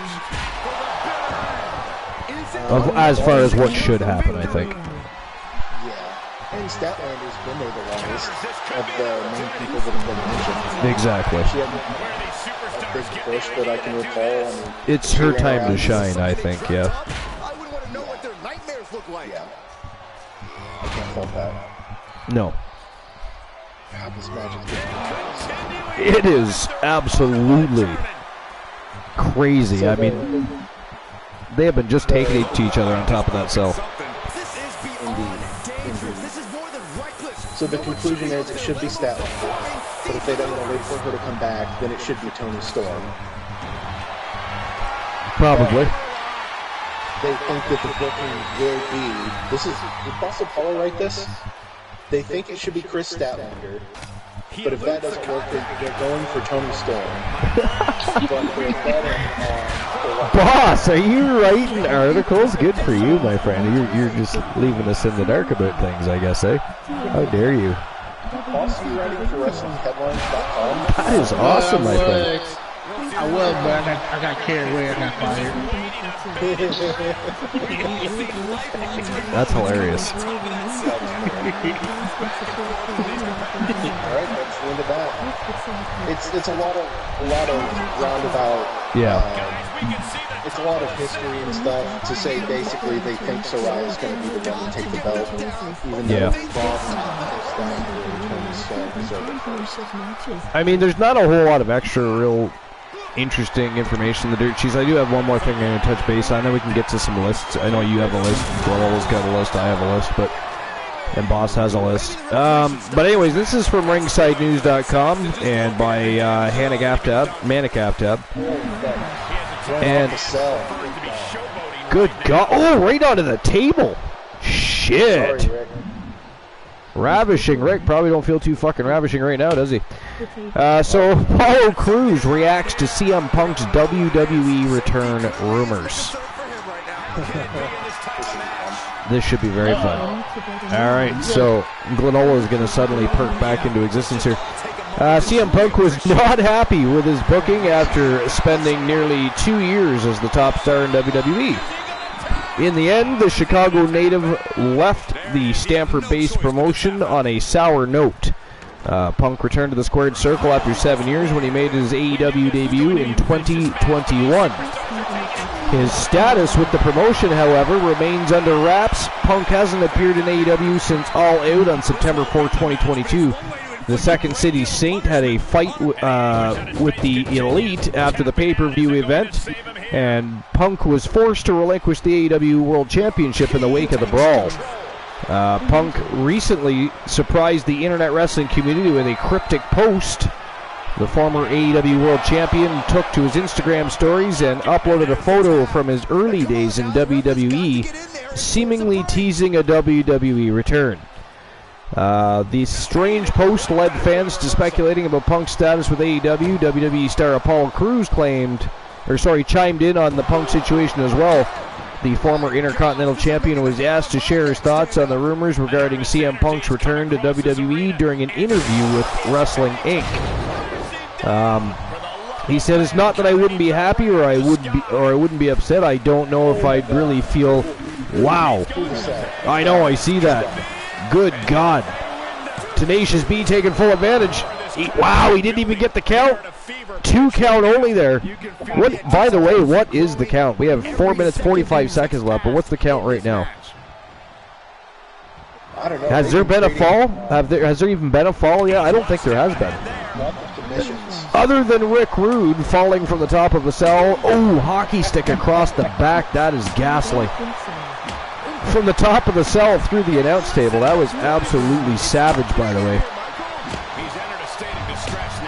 So he says, I don't know if I'd feel any kind of way, honestly. It's nothing against him personally or anything, but I don't know.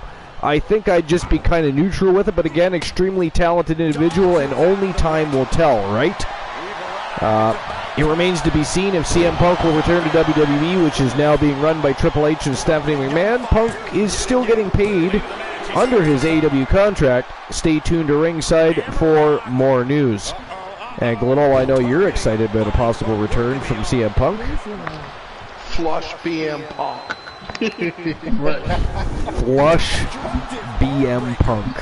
Yeah, man, I hope he don't return to WWE. I don't really want to see it either, but if it happens, what do we do, I suppose? Yep. But It'll just push back me ever watching WWE again. You know, I don't watch it right now, but there's still a chance of me coming back. With BM Punk, there's no chance in hell. Reaper Seal TV says 1-0. Who won? It's more than that. They've been creating. This whole tournament so far has been every competitor trying to steal Mike Barnes' move.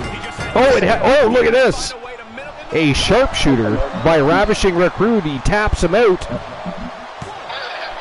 Team of Dogface in the house. Oi, oi, you lucky people! Management team for Mitchell Vaughn. Fat lad, Mitchell Vaughn to be exact. In the house, straight from the doghouse. How's it going, Dogface? Dogface in the house. He knows Mitchell Vaughn. He had a sense. He's got like spider sense that Mitchell Vaughn was going to be in the tournament tonight. So he had to make sure that he got up, had himself some tea and crumpets, a little spotted dick, if you will, and marched straight on in to the Archivers TV to catch the Gold Rush tournament. If you have spotted dick, you may want to see a doctor very quickly. What up, everyone? Thank you for the shout out. No, thank you for being here. Shout out never needs to be thanked. It is definitely deserved. It's our honor and privilege to shout you out. Reaper Seal TV says it is 2-1 right now. I'm assuming for ravishing Rick Rude. I don't have any spotted dick anymore. I went to the doctor. Fantastique. Didn't deny the tea and crumpets, though, did he? Reaper Seal says Tenacious B. See what happens when we're eyeballs deep in articles? We miss the falls.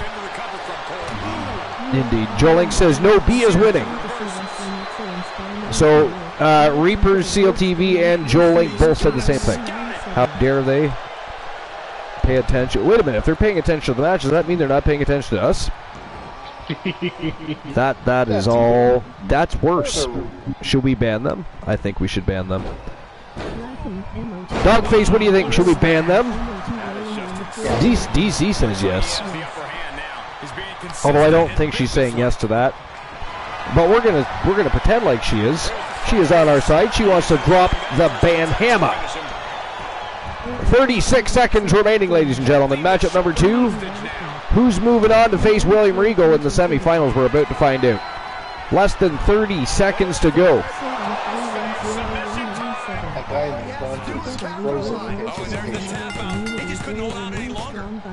And there's another tap out by Ravishing Rick Rude, this time in a crossface. He is certainly switching it up, isn't he?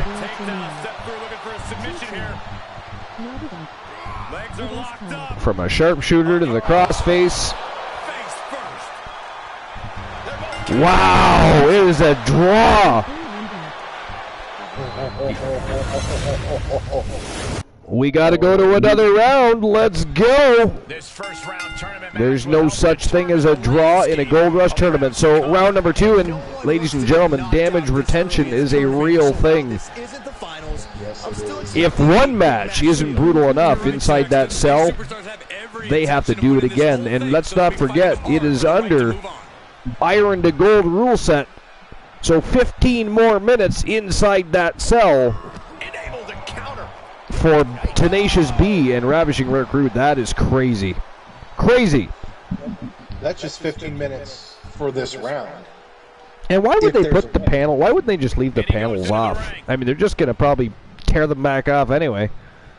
Right? What a waste of time. They could have got the match restarted quicker. How dare they? So, for the record, there's damage retention on the fighters, not for the cage. Indeed. We have a proof for that. Lacey Evans apparently drags fans for caring more about her cleavage than mental health. I'm assuming that's what I'm going to have to read that now. It's from about 2 hours ago. RingsideNews.com, and it is from Sunil Joseph. Yes, it is mental health awareness. So Lacey Evans drags fans for caring more about her cleavage than mental health awareness. Says Lacey Evans made her NXT debut in 2016 after just 3 years in the black and gold brand. She got promoted to the main roster since her debut. Lacey Evans has been a prominent feature on WWE television. Over the years, Lacey Evans has amassed a big fan following on social media. Most of the time, she gets gorgeous pictures of herself, or posts, gorgeous pictures of herself, while other times she tries to raise awareness about various issues, such as mental health awareness. However, her revealing pictures gain more attraction than her posts about mental health awareness, and Evans isn't happy about it either. Recently, Lacey Evans posted a revealing photo on Twitter, which was written about and shared by other publication. To this, a fan replied that she is making headlines, which didn't please Lacey Evans. Lacey blasted the fans for caring more about her cleavage than her mental health awareness. She said, and I quote, try to raise awareness for mental health and addiction. Crickets. Post some cleavage and mention someone's wife. Headlines. You people make me sick. Lacey Evans had last competed on November 11th edition of SmackDown, where she lost a 6-way match. Recently, WWE has been showcasing videos of Lacey Evans in a different light, suggesting a change of gimmick. I don't know, interesting. I mean, I wouldn't say I would care more about, her cleavage than her post, but there's definitely a lot of people that probably do, right? To be fair, she's probably not wrong. Imagine that. People prefer to look at beautiful, hot women than, have a serious conversation. Right? Is that supposed to be a surprise somewhere? Quelle surprise. The sage thing to do This is go on Instagram defense. is Slow things down. worldwide attention to non-superficial health needs. Oh, no. This is just awful news. I mean, before we get to anybody's list, we definitely have to check this in. It's from about 5 hours ago. RingsideNews.com. And it is H. Jenkins. AEW Dynamite viewership continues its downward trend this week. Oh. Well, I mean, they can't compete with the Archivers TV. I don't know what else to, we tried to tell them. We've been telling the world, the masses, been trending worldwide on social media. We are the single best wrestling promotion on the planet. We are here to stay. They will simply falter and go away. It is what it is. It's the way it goes in this biz. Is it not? It is. So, it says AEW brought a lot of action on Dynamite this week as they continue their build towards Winter is Coming, which, by the way, is a very strange name for a pay-per-view. I'm just going to put that in there right now. And by the way, Winter already here for most of us. I don't know where they've been, but there's been snowfalls of 3.5 feet, 6 feet in some areas, like Buffalo, for instance. So, yeah, I don't know. It's kind of crazy to have that name for a pay-per-view. It's a little bit weird. But anyways, we'll talk about that in a minute. How did the viewership turn out on such a big night as the company also closed in on ROH Final Battle this Saturday? WrestleMania reports that the December 7th episode of AEW Dynamite brought an overnight average of 840,000 viewers with a .29 in the 18 to 49 demographic. The company's November 30th edition of AEW Dynamite brought in an overnight average of 870,000 viewers with a .26 in the 18 to 49 demographic. And it goes on to list a whole bunch of different numbers, but at the end of the day, what that amounts to and boils down to is their viewership is tanking, plummeting, dropping, falling. And it is a little bit funny. I predicted this. And sadly for those AEW cultist fans, it is coming too light. Isn't it pop in the chat just to say that AEW is beating WWE in the ratings? I forget who said that, but that was hilarious. I think they were just trolling, to be fair. But, yeah. Yeah, they're not even beating Impact Wrestling in ratings at this point. They are not. But anyways, nothing real else all that interesting in Dirt Sheets. Which one do you guys want to go first with the list of the evening? Well, first off, I had a joke time a while back. Oh, that's right. So, that's right. Better fulfill that redemption. How dare you? So, this first grade teacher, Mrs. Brooks, was having trouble with one of her students. She asked, "What's your problem?" Well, Harry says, "I'm too smart for the first grade. My sister's in the 7th grade, and I'm smarter than she is. I think I should be in the 5th grade too." Or sorry, my sister's in the 5th grade. I should be in 5th grade too. He's struggling a bit. Miss Brooks said, "Enough." So she took Harry to the principal's office. Harry waited in the outer office. Teacher explained the problem, and the principal told the teacher, "Well, give the boy a test. If he can pass the test, he can move up to the 5th grade. If he fails any question, he has to stay in 1st grade." So she agreed with that, and he's brought in. Everything's explained to him. He's agreed to do it. So the principal goes, "What is 3 times 3? Harry's like, 9. "What is 6 times 6? 36. And so it went. With every question, the principal thought a 3rd grader or a 5th grader should know. Principal looked at Miss Brooks and tells her, "I think Harry can go to the 5th grade." Miss Brooks says to the principal, "Let me ask some questions." And they both agree to it. She looks at it and goes, "What does a cow have 4 of that I have only 2 of?" Harry thought for a minute. "Legs." the teacher's like, what is in your pants that you have, but I don't have? Principal kind of wondered why she would ask such a question. Harry's like, pockets. Mr. Brooks said, what does a dog do that a man steps into? Harry considered his pants. Each competitor showing they've done their homework. Ms. Brooks says, what starts with a C, ends with a T, is hairy, oval, delicious, and contains thin, whitish liquid. He goes, coconut. The principal sat there with his mouth hanging open. Ms. Brooks, what goes in hard and pink that comes out soft and sticky. Principal's eyes opened real wide before he could even stop to answer. Harry replies, bubble gum. Ms. Brooks says, what does a man do standing up, a woman does sitting down, and a dog does on 3 legs? Shakes hands. At that point, the principal's just trembling. Ms. Brooks, what word starts with an F, ends with a K, and it means a lot of heat and excitement?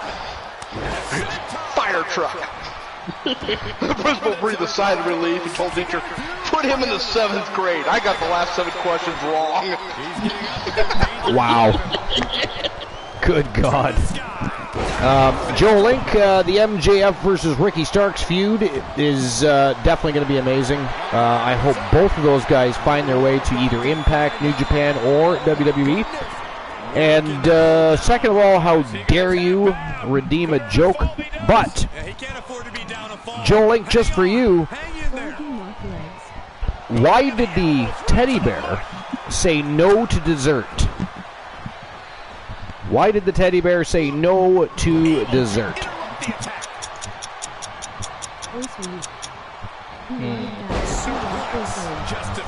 He was stuffed. How dare you, Guanola? My question.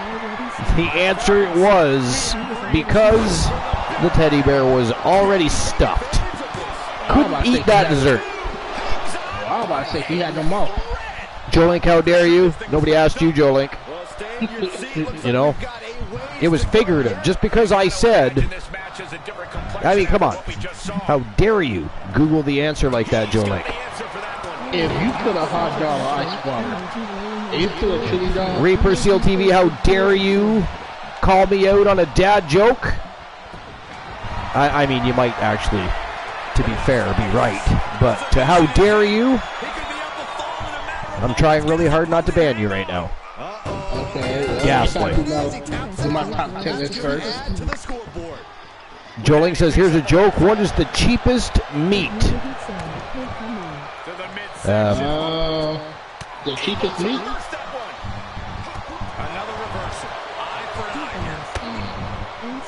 Colanola says deer balls. Deer balls, it's under $1. That is so true. And so naughty. I like it. DC says we heard that not long ago. Yeah, we heard that not long ago. Haha. So there. DC was not amused by that joke. DC was not amused by that joke. Alright, so joke times are fulfilled. Which one do you guys want to start the night off with a list?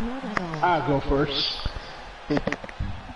My list is 10 current WWE superstars who never held a tag team championship. Okay, let's go. And it's an old list, so it was published in 2020, so but it might change by then. Alright. Number 10 is Brock Lesnar. But Lesnar wasn't a tag team. That is a very, very sad fact. You know, as if they could never have found a partner for Brock. And by the way, since they're looking to put him back on the roster anyways, I mean, why not have somebody like Bill Goldberg teamed up with Brock Lesnar and go on a tear through the tag team division for a bit? I mean, it would be a great way to end Goldberg, because I mean, Goldberg's probably going to ring retire over the next couple of years, guaranteed. I'm sure he'll still be behind the scenes doing something or promoting the events for WWE or what have you, but Brock Lesnar and Bill Goldberg would be a fantastic tag team, I think, and a nice homage and a way to send off Bill Goldberg. You know, I'm not the hugest Bill Goldberg fan, but he does have a huge following, and I get that.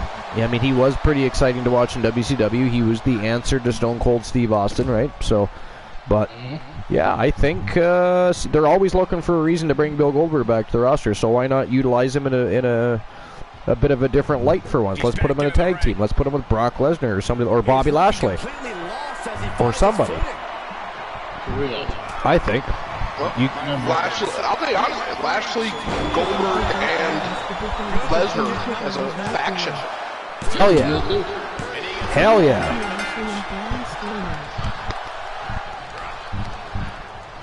Oh, we just had another fall. I'm not sure what the count is at the moment.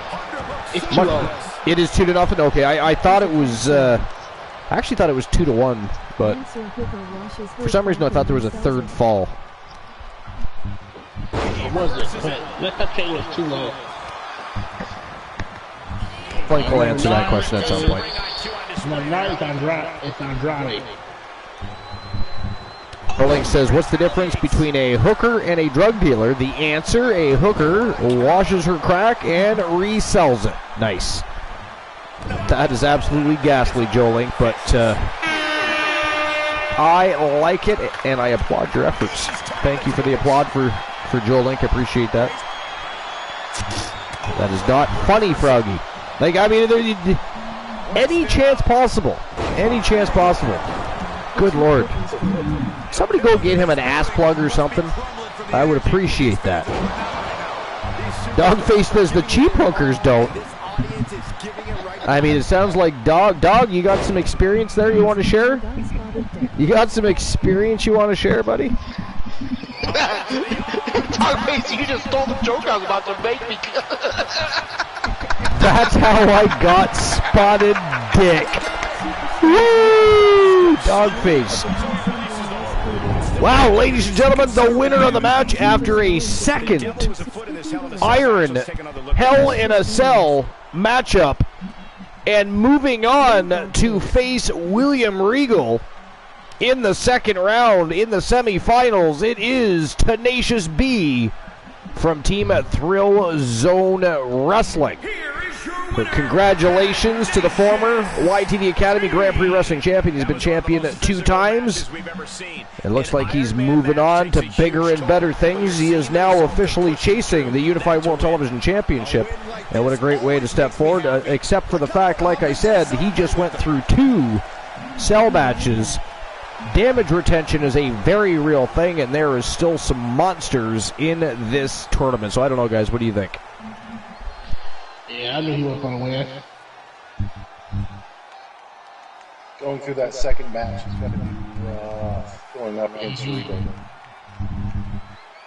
And that is his next opponent. It's not like he just has a possibility of facing William Regal. He is facing Regal next and in the first semifinal match of the tournament. I think Regal wants that belt back. I He wants it more than anyone else. I think he does. Although there is one other person in this tournament that might argue that. Who might that be, Archer? It might be the one himself, Elijah Archer, who is in this tournament. The one. The one. All right, so I issued the payout for that last match. And here we go. We're moving on to the third matchup at the quarterfinals. And ladies and gentlemen, the next match on the docket, it is from Team Dogface, who is in the house, by the way. Can we get another shout out for Team Dogface? I'd appreciate that. It is Fat Lad Mitchell Vaughn taking on Bruiser Brody. Which one of these superstars are going to move on to the semifinals? Who do you guys think is walking out the winner of this matchup? What do you think, Bruiser Brody or Mitchell Vaughn? You guys decide. Let me know. What do you think? What's on your mind? Speak to me. This will be a tough one, but I'm going with Mitchell Vaughn. With that said, with. Well, I'm not betting against that lad, if that's what you're implying. Glenola? Brody. Thanks for the shout out. Glenola has fallen asleep. All right, so I'm gonna go with Fat Lad Mitchell Vaughn. I think I think he's going to walk in there and use his veteran ring experience. Well, I mean, Bruiser Brody's got a ton of veteran. I can't go with that. But, yeah, I mean, Bruiser Brody is one of the most formidable people to ever step in the ring. But Fat Lad Mitchell Vaughn is so driven. He can be an absolute savage when he wants to be. If he feels threatened and backed into a corner, he pulls in all the stops. And I feel like he'll be in that situation with Bruiser Brody because if you slip up even the slightest, Bruiser Brody is going to crush your skull. So I think that Mitchell Vaughn, I think he brings out the best in Vaughn, and I think Vaughn finds a way to get the job done tonight. And like Joe said, unless war comes out again. Unless war comes out again, yeah, no doubt. No doubt. I mean, he really likes the spotlight. You know, that War of the Machine, I mean, he finds any way possible to get himself inserted into any picture, much less the title picture. And if he's not in a title picture, he just steals belts now. He just steals belts and has announcers announce him as champion, even though he's not a champion. There's some crazy shit going on in the Wolfpack. I mean, ladies and gentlemen, this is just the crazy antics and behaviors of the Wolfpack, though. Look at the Professor Poindexter. He has turned the entire Wrestle Wars into the world's largest cosplay epicenter. It is disgusting and ghastly at very best, but that is what's happening. I mean, we have Ghost Dex Rider as the champion right now, the World Television Champion. He's riding the pine right now, watching everybody batter, bruise, and bloody one another en route to trying to get to him to win that title. But but Dex though, I mean, it's what can you say about Dex? Boss Apollo, what do you say about Poindexter? Poindexter, what can I say about Poindexter? Hey, all in gonna pass out now. I really enjoy. I mean, you're talking about a guy that is 5'5", 143 pounds. You know, and this is soaking wet. Or no, he's not even 143 pounds, is he? What did we say, or was he 143 pounds? I forget. Froggy Mouth Legs? Was he 143 pounds? The man on the roster is 153. Okay, so we think he's 140. But either way, 5'5", 143 pounds. He's like a little worm on a big fucking hook, and he is taking out monsters. Monsters. He's smaller than the guy named Lil Joey. Right? He is smaller than Lil Joey Nightmare. Who is called Lil Joey Nightmare for a reason. You gotta remember one thing, Archer, about Poindexter. One of his trainers is a literal monster. You know. The guy talking about who inserts himself into matches and wins matches he's not even in. The guy who sets up a scenario where he gets literally just happened. It literally just happened. I mean, the other night, War of the Machine gets announced as champion. He gets announced as the Legends champion, who at the time is Bruiser Brody. Even walks out to the ring with the title. We have no idea where Bruiser Brody went. Who was supposed to be in that matchup, by the way? Supposed to be in that matchup facing Elijah Archer. And it was not a title match. It was simply a matchup. He's beaten Brody before, but, of course, Archer getting closer and closer to being inducted as a legend. He'll be soon eligible to actually compete for that title. He wanted to challenge the Legends champion. What he got was War of the Machine, who luckily, after being beat on, battered, bloodied, and bruised himself, he finally managed to sneak out a very hard-fought win over War of the Machine. That was a great matchup in itself. But War of the Machine is been able to get wins without actually participating in matches. He's been granted titles and offered the status of a champion without actually being a champion. I mean, he seems to just get anything he wants on a silver platter, so to speak. Making his way to the ring, representing Weapons of Mass Destruction. That's right. War also took the place of John Cena in Boss Apollo's last show as well. So I mean, he is up to these dirty antics everywhere he goes. It is not just the Archerverse. It is becoming a universal thing for him. The Wolfpack is villainous everywhere, not just at the Archiverse. Yeah. So those looking to sign talent abroad, be wary, because you've got rabid wolves literally looking to join your promotion. They will take all of your championship belts. They will chew up your talent, spit them out, and they will be the only ones remaining on your roster with all the title belts. But anyways, that could happen. Anyways, back to your list, boss. We are about to see something good. All right, number nine is Andrade. And his opponent from Santa Fe, New Mexico, weighing in Rumor at has that Paul Heyman 280 sees Andrade as one of the company's biggest stars in the future, and his career in the United States, he got chopped even more. I don't trust a word that comes out of Andrade made number I 9. know for a fact that they are completely trustworthy. Number and 8 your interview is AJ because you Styles. definitely twist their words.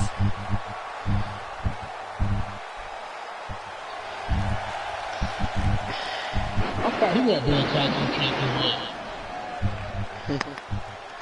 AJ Styles been champion elsewhere. I just don't think he has really tagged with that many people in WWE.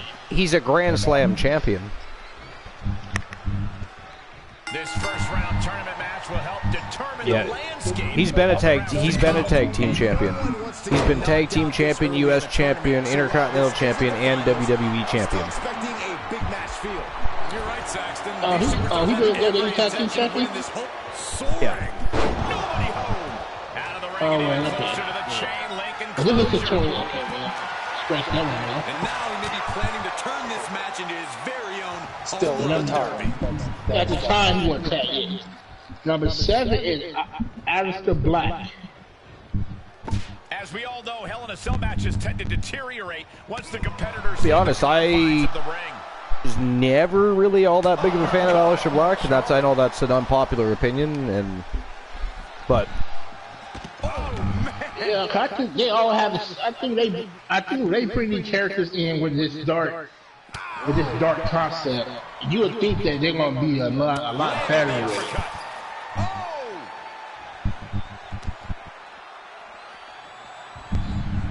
yeah, I don't know. Like I said, I just wasn't really a big fan. Gets inside the ring. Number 6 is Bobby Lashley. Bobby Lashley, the almighty Bobby Lashley. I actually thought that they would have put the tag titles on the Hurt Business. And while you're still discussing that, I just have to run to the facilities quick. I'll be right back. But I do want to touch base on that because I was actually a big fan of the Hurt Business.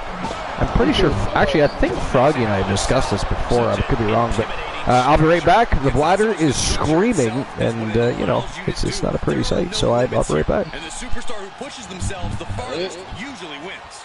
Number 5 is Kevin Owens. He's certainly looking I thought he'd never been a champion. He can't allow himself to let him out.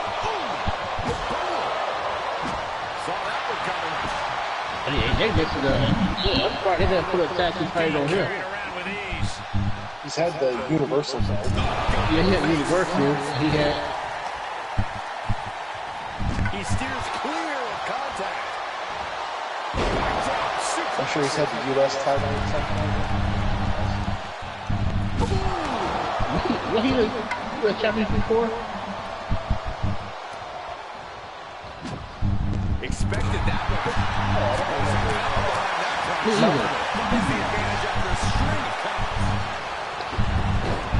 Okay, number 4 is Samoa Joe. To the back.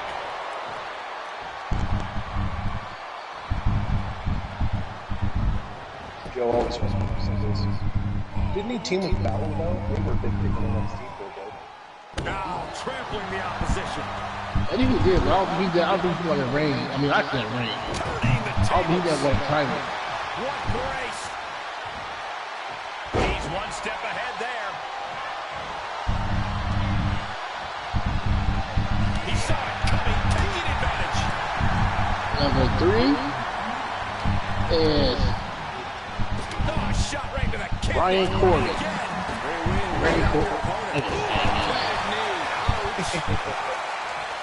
Happy Corbin now.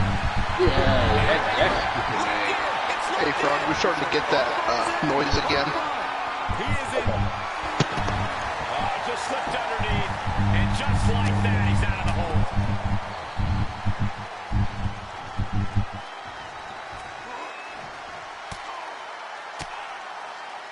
Able to interrupt. There we go. That's better.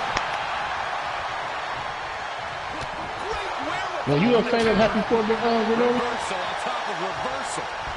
That's a unique suplex. Wrist clutch suplex. Perfect. Oh, no, he can be caught here. Bad spot for him. There it is. Oh, is he going to tap out? He may. He is barely hanging on. Oh, I was muted. I haven't really watched in a while. Basically, the Archverse is my wrestling. Yeah, me too. You know, I kind of quit watching the corporate stuff. I did watch 2 matches from AEW Dynamite. Oh, mother so back. But that was because they had the Greek god Papa Don, so. Right.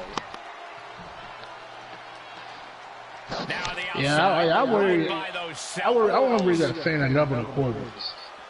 I was a fan of the original Corbin, but I wasn't a fan of the other ones. When he was like the world beater, you know. Yeah, he was. He was a big guy who was the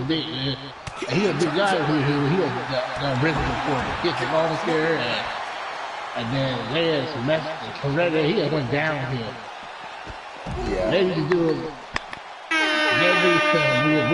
I have returned. What's going on? What have I missed? Yeah. Oh, Jesus Christ. Bruiser Brody going face first into the cage. Mitchell Vaughn on a tear, I see. Has there been any pinfalls or submissions? Did I miss anything in that manner of speaking? Not that I've seen. Joe Link. We summons your knowledge. Dogface. 0-0. Man, oh man, Mitchell Vaughn going to war with Bruiser Brody. Back Glenn and Archer. I didn't realize Glenn took a bit of a break. How dare you, Glenola? I was muted. Ghastly. Ignoring the masses. That's right, boo the man. Good thing nobody was talking to Glenola, because you would have just heard. I did tell you he said be right back. Which I guess is far better than listening to him snore like Christian Cool, though. I would think. All right, so what did I miss on your list, boss? Did I miss? I obviously missed probably at least 1 or 2, I'm guessing. All right, so you left off on AJ Styles or one after. oh, Bobby Lashley. Bobby Lashley, he made number 6. He was 6, that's right. Number 5 was Kevin Owens. Kevin Owens, okay. Number 4 was Samoa Joe. Samoa Joe. And we've been probably talking about number 2 was Brian Corbin.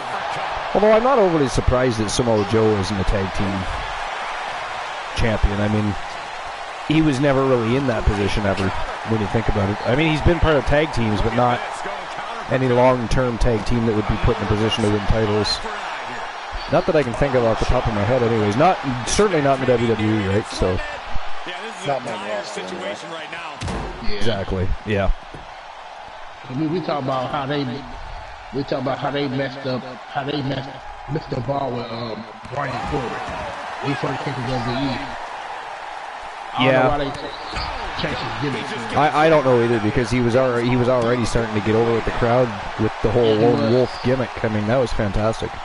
Yep. But yeah, I don't know what happened there.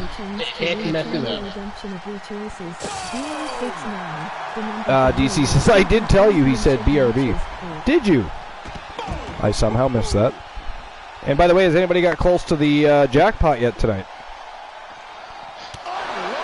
No, it was one more example of, well, I don't know about anybody, but I know it on mine, it was one more example of my bad luck tonight. My superstar was Beth Phoenix. Phoenix, the Glamazon. And I had 661 and 666. Beautiful. The advantage now is squarely in his corner. Yeah, he has planted himself in the driver's seat. I'm having bad luck. I should say so, but I am very greatly amused by Glamazon Glanola, everybody, I think, is something we should get trending. Glamazon Glanola. All right, and who was next on your list there, boss? Took advantage. Next, number 2 is Rusev. Rusev, yeah. I mean, again, he's never really been put in a tag team. Hung up on the Nope. He was part of a... Yeah, well, yeah. I mean, that was mostly him and Lana. Yeah. So I guess mixed match tag team.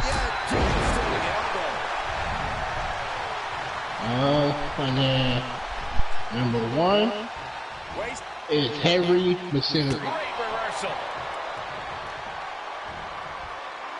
Is Harry who?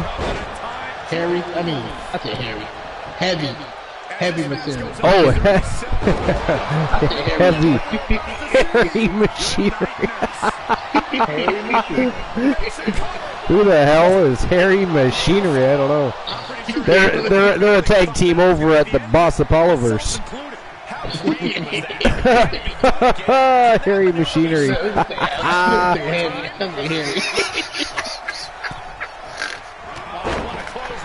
Harry Machinery. All right. There you go. Pretty good. And then WWE split them up, got rid of Take. Gave Otis a hell of a run for like a couple months. And hey, there's a tap out via crossface by Mitchell Vaughn. I believe that is 1-0 now over Bruiser Brody. Aggressive work on that shoulder. I can see up to the rafters. WWE always missing the ball with these superstars. What an environment this is. All eyes are glued on this battle. And who is next? That's it. No. Oh, that was it. Definitely not where you want to be right now. All right. Just carried like a ragdoll here. Boss Apollo's list is completed. All right, who wants to go next? Granola or Froggy? I feel like you've been chopping at the bit for a bit, you know. The fight is being brought right to At least on peanuts. That's what I was hearing. Yes, we need to stop his binging and get him doing something a little more productive here. Well, Okay. if you want, I can take my list. If No, you I'm want. going to do it. Okay. I've got, actually, they're kind of related lists, so I'm going to just do them both. All right. coming there. The first one is top 5 animals in wrestling. Oh, great.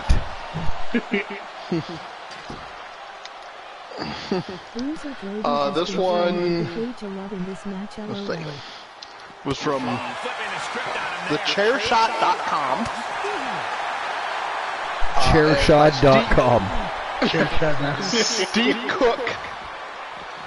And it was published 5 years ago. February let's 16, go. 2018. So number 5 is Frankie. You know, Coco Beware's macaw. Coco Beware's bird, yep. Now, he does say, though, that the only problem I had with Frankie was that he didn't exactly strike fear in the hearts of Coco's opponents. In the 80s, WWF often ran angles where heels were afraid of babyface animals. Frankie really couldn't pull that off. Yeah, no. Nope, definitely couldn't pull that off. And number 4 is why I kept this list. You know, when I noticed it was only a top 5. CP Monk. C.T. Monk. CP Monk. Yeah. It's also from Chikara. Chikara's seen several wrestlers in animal costumes appear in the ring, but none inspired the reaction of CP Monk. Monk's inspiration, BM Punk, actually appeared in the main event of the first Chikara main event. For whatever reason, he and Chikara's management had a falling out. Imagine that! Oh, Brody goes through the cell. Punk and management getting into a falling out. I don't believe it. That couldn't happen. That must be incorrect information. And that marked Punk's only appearance in the promotion. August 13th, 2005 marked the debut of CP Monk, a giant chipmunk with Punk's mannerism, wrestling attire, and entrance music. Sped up, of course. Punk's mannerisms. Nice. I particularly like that part. I do too. He appeared a couple of more times in October before disappearing. Monk's return happened at Chikara's Tag World Grand Prix 2006, where he teamed with Colt Cabunny. Colt Cabunny. We found out that Necro Butcher was the man behind the CP Monk persona. It made perfect sense. Necro's typical character certainly wasn't family friendly, and he needed a way to get into Chikara. That's hilarious. Number 3 is Matilda. The British Bulldog's puppy.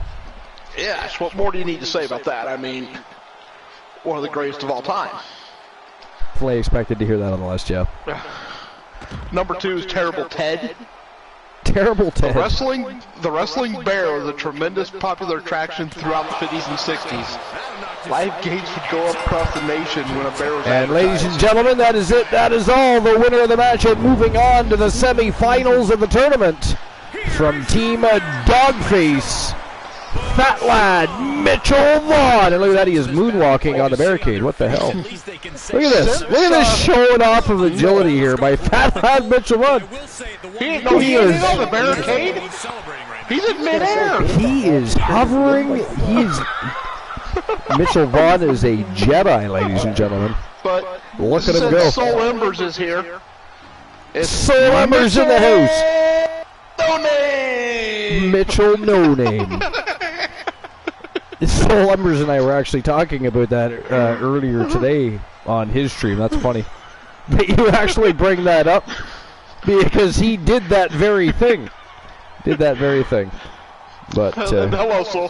How you doing, Soul? Welcome into the Gold Rush Tournament. Welcome to episode number 425. How you doing, brother? Appreciate you being here as always. All right, so I'll issue the payout for that, and we'll move on to the final matchup in the quarterfinals. Apparently. Where we're, of course, going to see the Tribal Chief, Roman Reigns, taking on the one Elijah Archer. Again, it's been rumored that he was going to be showing up in a bit of a different light tonight. He's going to be showing up with a bit of a different attitude. He's going to be trying to get back to the roots, where he came from in wrestling, and look to take out Roman Reigns and move on in the tournament. He wants to wrap that World Television Championship back around his waist. It's been a very hot minute since he's been able to grab hold of that title. And he would love to get his hands on Dexter, or Dex Ryder at this point. The Professor Ghost Dex Ryder. Hello, Mad Dog. Welcome in, Mad Dog. Appreciate you being here. And, of course, Soul Embers. Appreciate you guys for being here. Hello. All right, so before we get to the final match in the quarterfinals. Hello, Honeybee Wrestling. Honeybee Wrestling in the house. What's going on, Honeybee? Welcome in. Appreciate you stopping by. How are you? What's going on, my friend? I'm going to issue the payout for the last match real quick. Just give me a second here. Honeybee, bye-bye. Because I have to open the betting line for this one as well, yeah? Yep. Okay. All right, so Mitchell Vaughn. In good thanks. Mitchell Vaughn was. I almost said Mitchell Vaughn. Ha ha! He is a new wrestler we contracted from New Japan Pro Wrestling. That was bad. That was bad. How dare you boo me? All right, I'll open up the betting line right now for this one. 9K on Archer.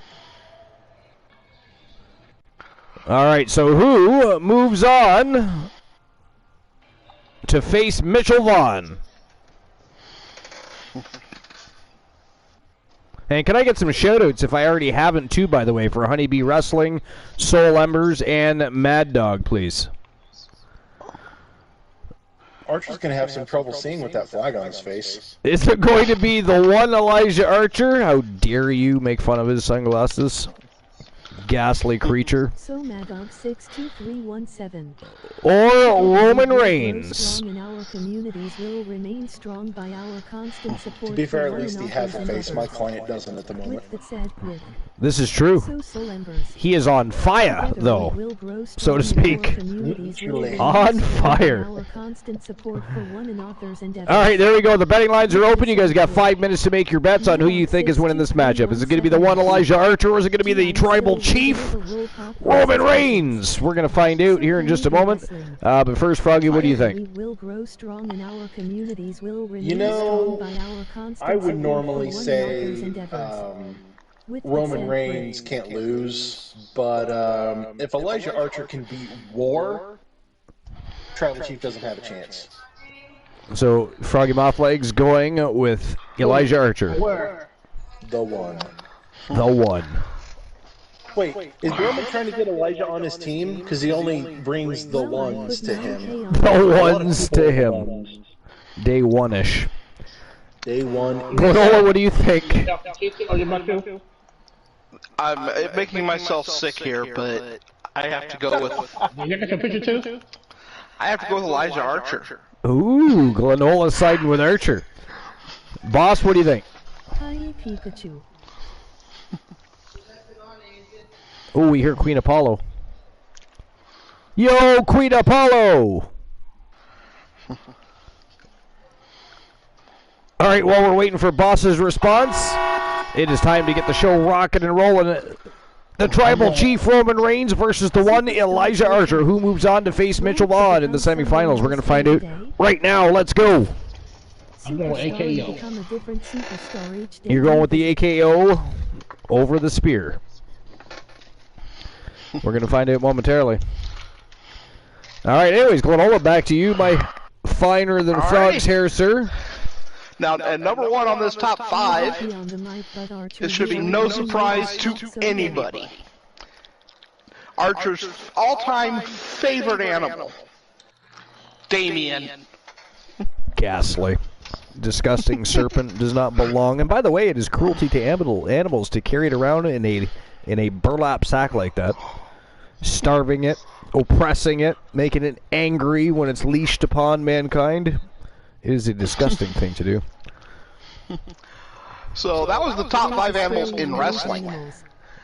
But I also have one from Sportster, dated December 2nd, 2020 by Joey Haverford. Joey Haverford. The 10 best animals in WWE history. And Archer loves this. It is ranked. Big dog. Right? Miss Cole doing that, Saxton. I think I do it better. I think it was subpar at best. So number 10, Pepper. Al Snow's dog. Al Snow's dog. You know, it was a pet chihuahua. But unfortunately, the storyline ended badly when Boss Man cooked him up and fed him to Al Snow. Good Yeah. Lord. Yeah. That was weird. Yeah, that was one of those moments that didn't go over well. It did not, no. Boss Man had a few of those, you know. They didn't go over well. Yeah, there were definitely some cringe-worthy moments for poor Boss Man. You know, Big Show's dad's funeral. You know, I thought that was pretty funny, to be fair. Yeah, but getting hung by The Undertaker. So very amusing, I don't know. Roman Reigns always in. But number 9 is one that most people don't even remember. The Undertaker's Vulture. More dominant and more I do remember that. It was very short-lived, but I do remember the Vulture making a couple of appearances, yes. At the head of the table. Let's see. It says how long he was there, but no. WWE started to put more emphasis on WrestleMania entrances around the time Undertaker became a big star. Undertaker had an attraction match against the massive Giant Gonzalez at WrestleMania 9 in an outdoor setting. The plan for his entrance featured the legend holding a vulture as a sign for his opponent. Yeah, so it looks like that's probably about the only time it ever appeared. Yeah, I actually thought the vulture was pretty badass. It kind of fits the character so beautifully. Yeah. Number 8 is George, Mankind's rat. Yeah. I like that one. I really did. It's hilarious. Mankind with a rat. Now, number 7, no, I don't think belong on this list at all. The Boogeyman's Worms. That counts? And his opponent, I guess they ranked it at number 7. Okay. They ranked it ahead of George, of the Vulture, Pepper.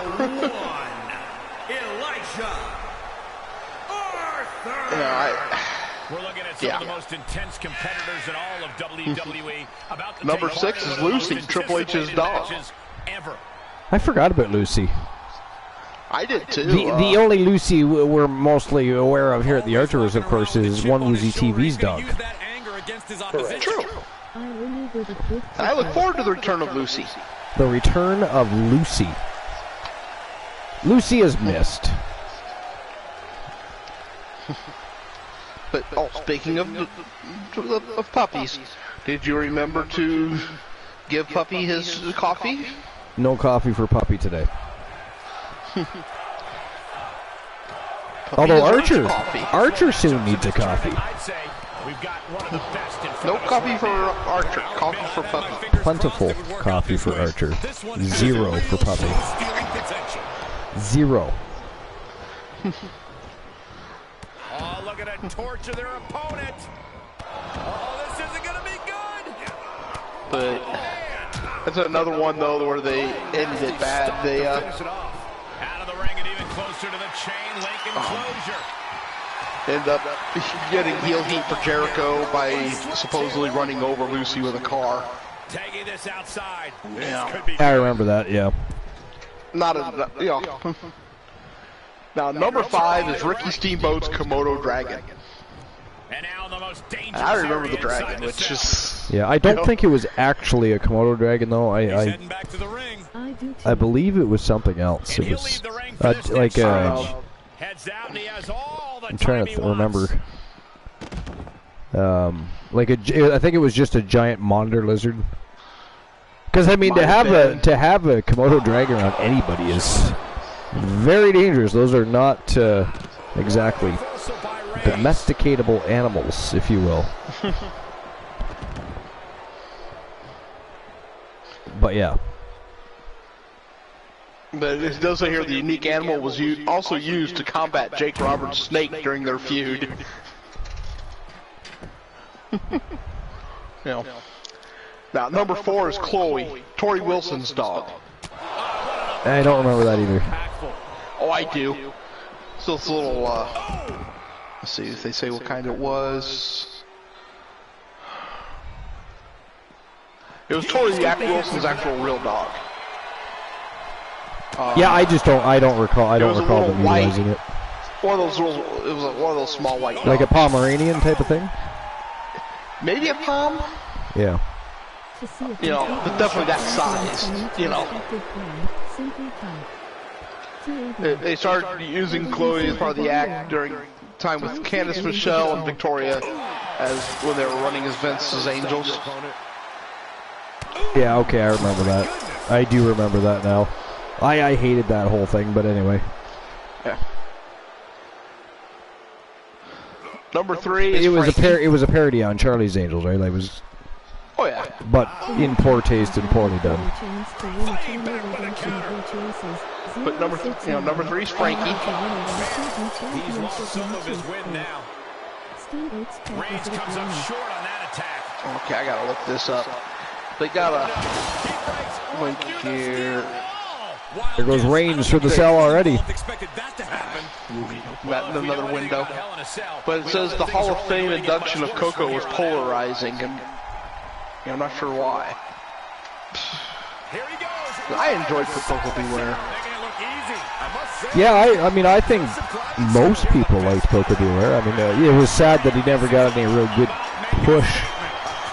I mean, he could have been a great Intercontinental Champion, I thought. Because how dare you? How somebody ban Froggy Moth Legs, please? Thank you. I would appreciate that. That is ghastly. Bringing up the past like a troglodyte ex-girlfriend is disgusting. Ghastly, cowardly, if you will. How dare you? All of those things. So Ember says Steve Boat's pet was an iguana. It wasn't an iguana. No, I think it was two. It was a pretty good sized iguana if it was. Well, I guess it could have been one of those marine iguanas. It almost looks like a small gator. Ooh, Archer ducked that Superman punch. Looks like Godzilla.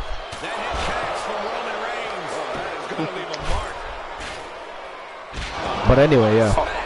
But I guess they say he didn't have to do any. Basically, that he didn't do much in the ring. You know, memorable matches wasn't his role to play. He just had to go out there and entertain. Yeah. On pure wrestling ability, Birdman doesn't necessarily deserve the spot. Yeah, I mean, he wasn't the greatest of wrestlers, no. But I mean, he was over with the crowd and he was entertaining, and he wasn't a terrible wrestler. He just wasn't the greatest of wrestlers. I still think he could have been a good, solid mid-card champion. Y'all have a good night. I gotta be at work in AM. All right, Boss Paul. Have a great night, boss. Yeah, you have a great night. Get some rest. We shall talk to you tomorrow.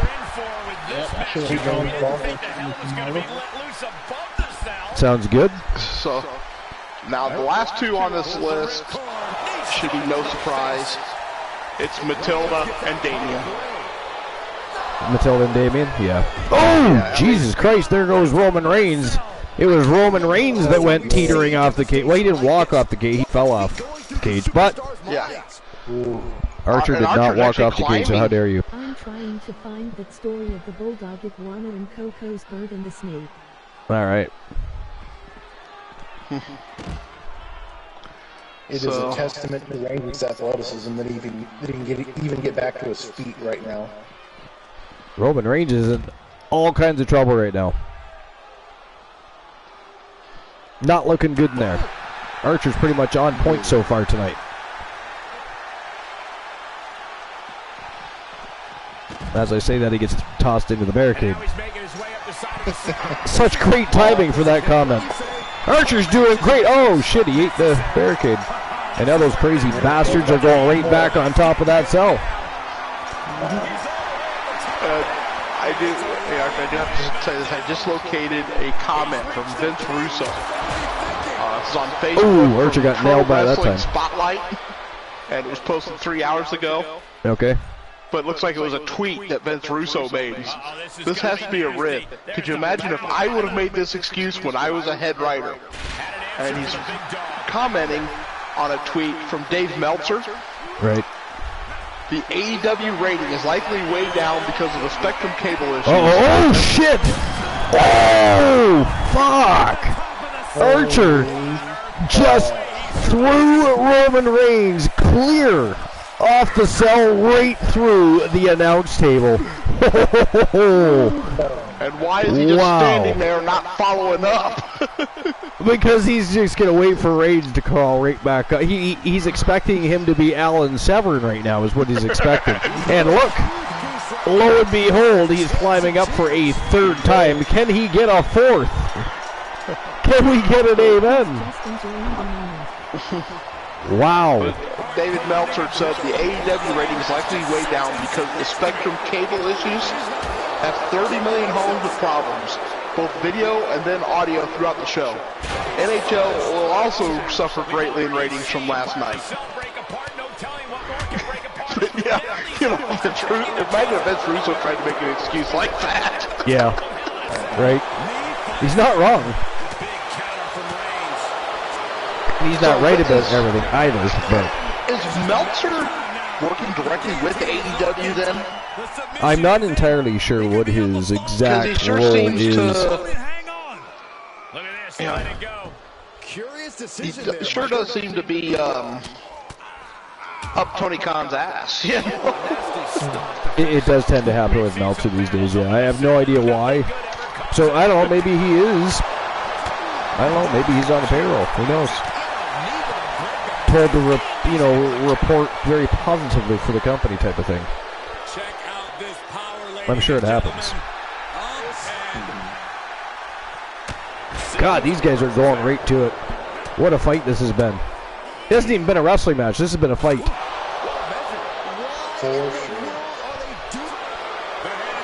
Archer caught that guillotine again. And it's all you, Froggy. All right. Well, since we're talking about Whoa, this is surprising, Byron. two men in the ring, well, on top of the ring, we've had some of the most interesting promos in recent times. That was close to the no-no square. Woo!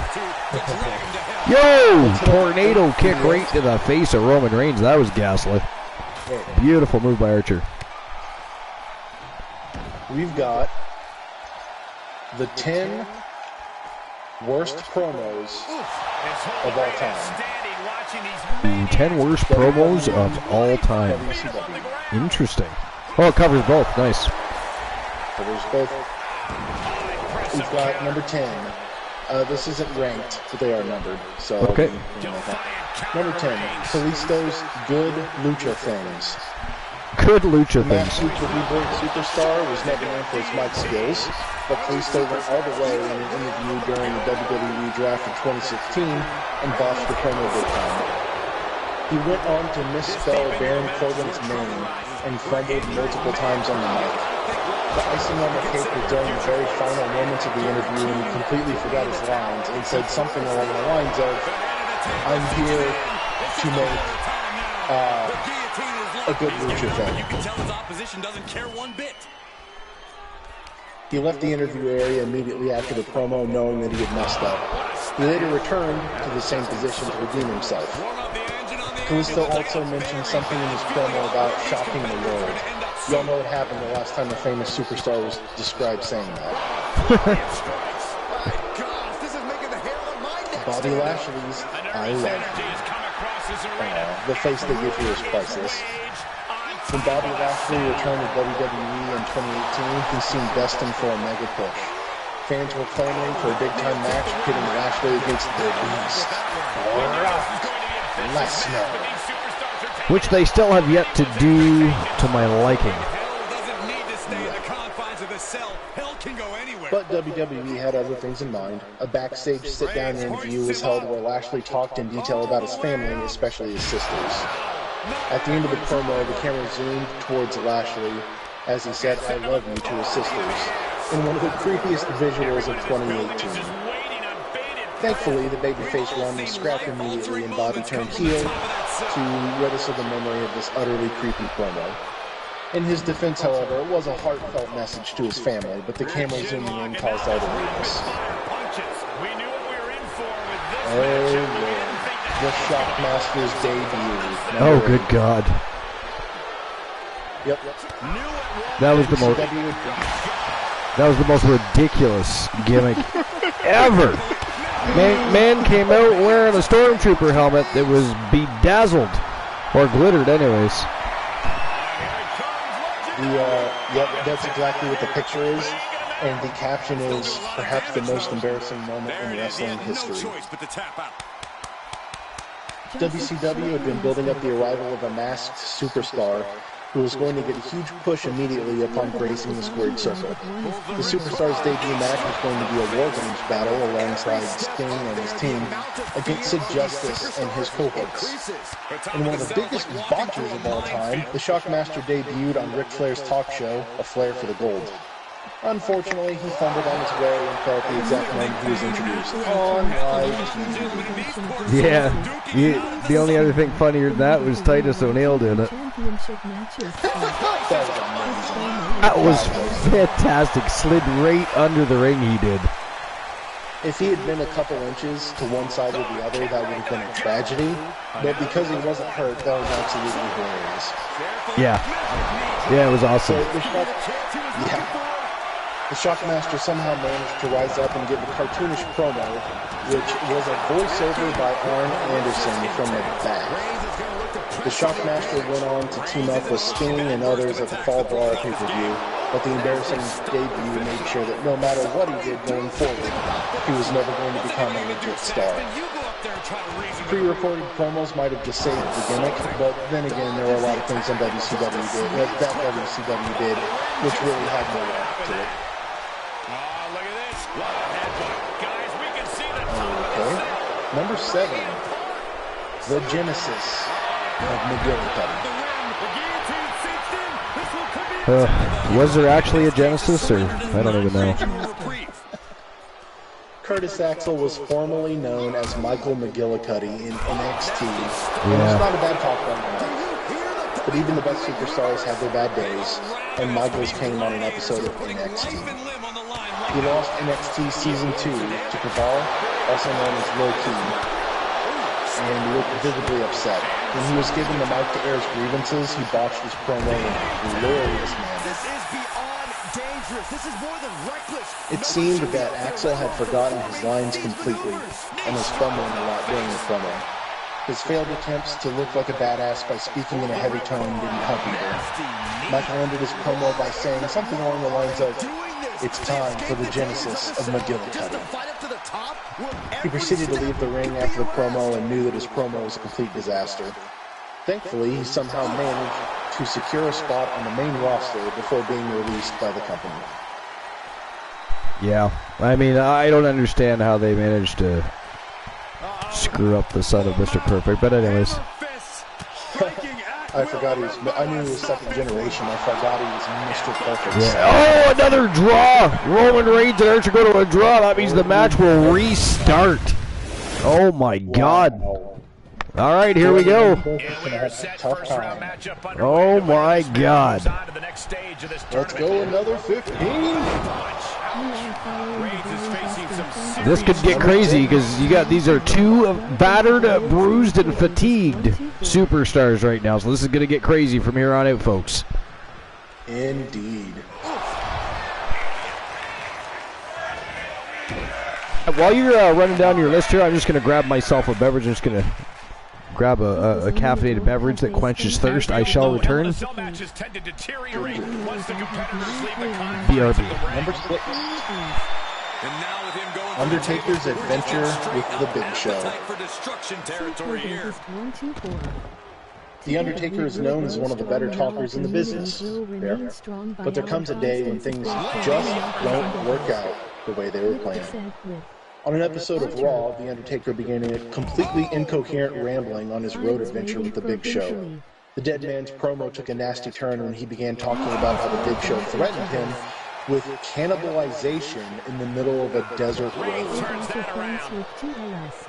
Each competitor showing they've done their homework. Wow, okay. Back and forth from these competitors. The promo just didn't seem to go anywhere until Chris Jericho's music hit and the masses were saved from this atrocity.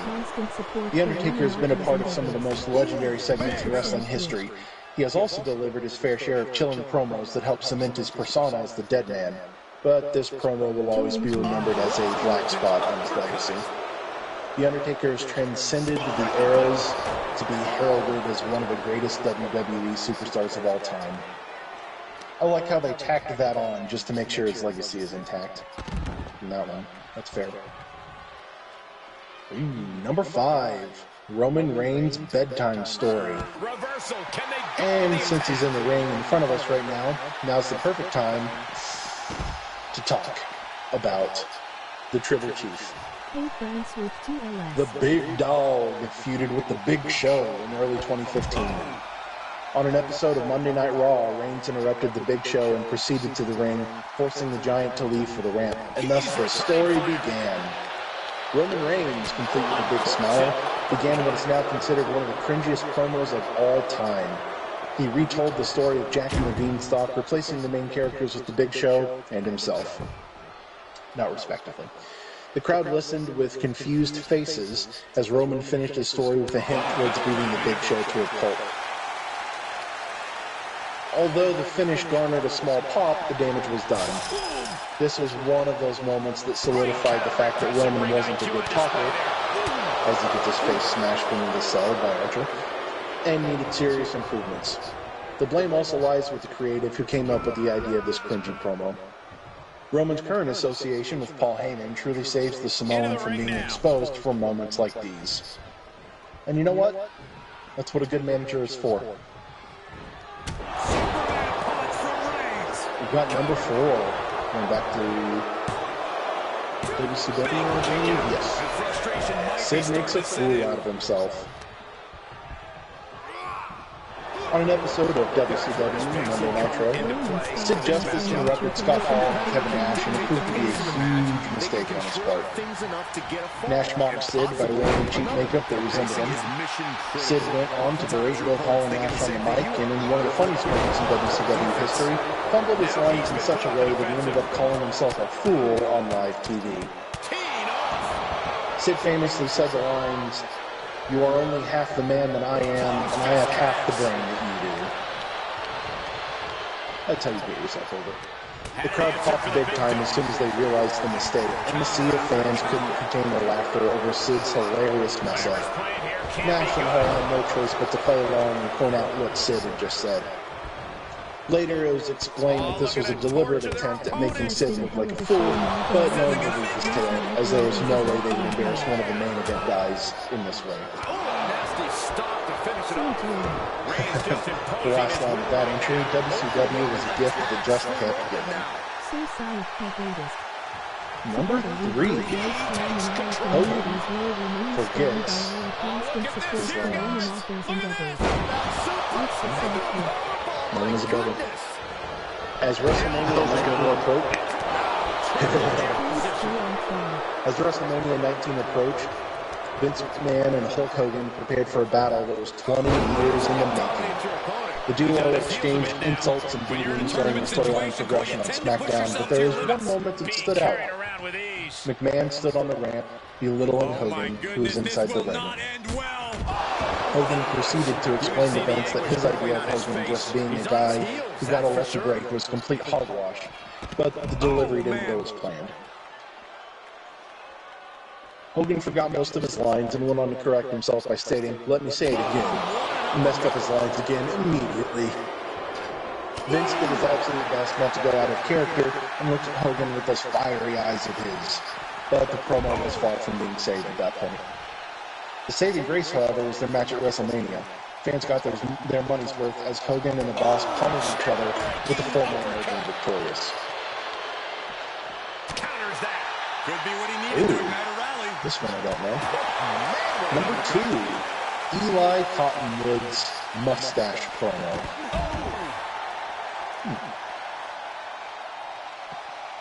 Another second season of NXT. During the second season of NXT, the wrestlers were asked to speak on a random topic. Superstars such as Justin Gabriel held their own during their promos, but Eli Cottonwood, a giant, had no such luck. He was asked to speak on a mustache. The confused superstar began his promo, explaining what a mustache is. He then pointed out the fact that he didn't have one. The problem? He actually had one. Eli then proceeded to end his promo by stating that out of all the superstars in the ring, he had the best mustache. Seconds after making it clear that he didn't have a mustache. The promo made sure that Eli wouldn't become a main roster staple in the coming future. His fear of speaking on the mic was on full display during his promo, and Eli ended up being nothing but worth in the coming months, as was expected. Eli ended by being one of the rookies who was eliminated early on in the show. Oh boy, this next one I remember. And it's fitting. Ooh, hell of a cutter on number 1, Roman Reigns. I have returned. Okay, what have I missed? What's the count? Is Archer winning, losing? He's definitely missing a maneuver there. Reigns looking a little wobbly though. What the hell's been going on? They're still in the ring. I'm amazed. But aside from Roman Reigns' second entry on this list, the #1 spot, Sufferin' Succotash. Sufferin' Succotash. Good lord. The top spot is, of course, Roman Reigns. On an episode of SmackDown, Reigns confronted a heel Seth Rollins and his stooges, Mercury and Noble. Sporting his signature creepy smile, Roman said that Seth is full of something else. The crowd didn't seem to get his promo at all, but the worst was yet to come.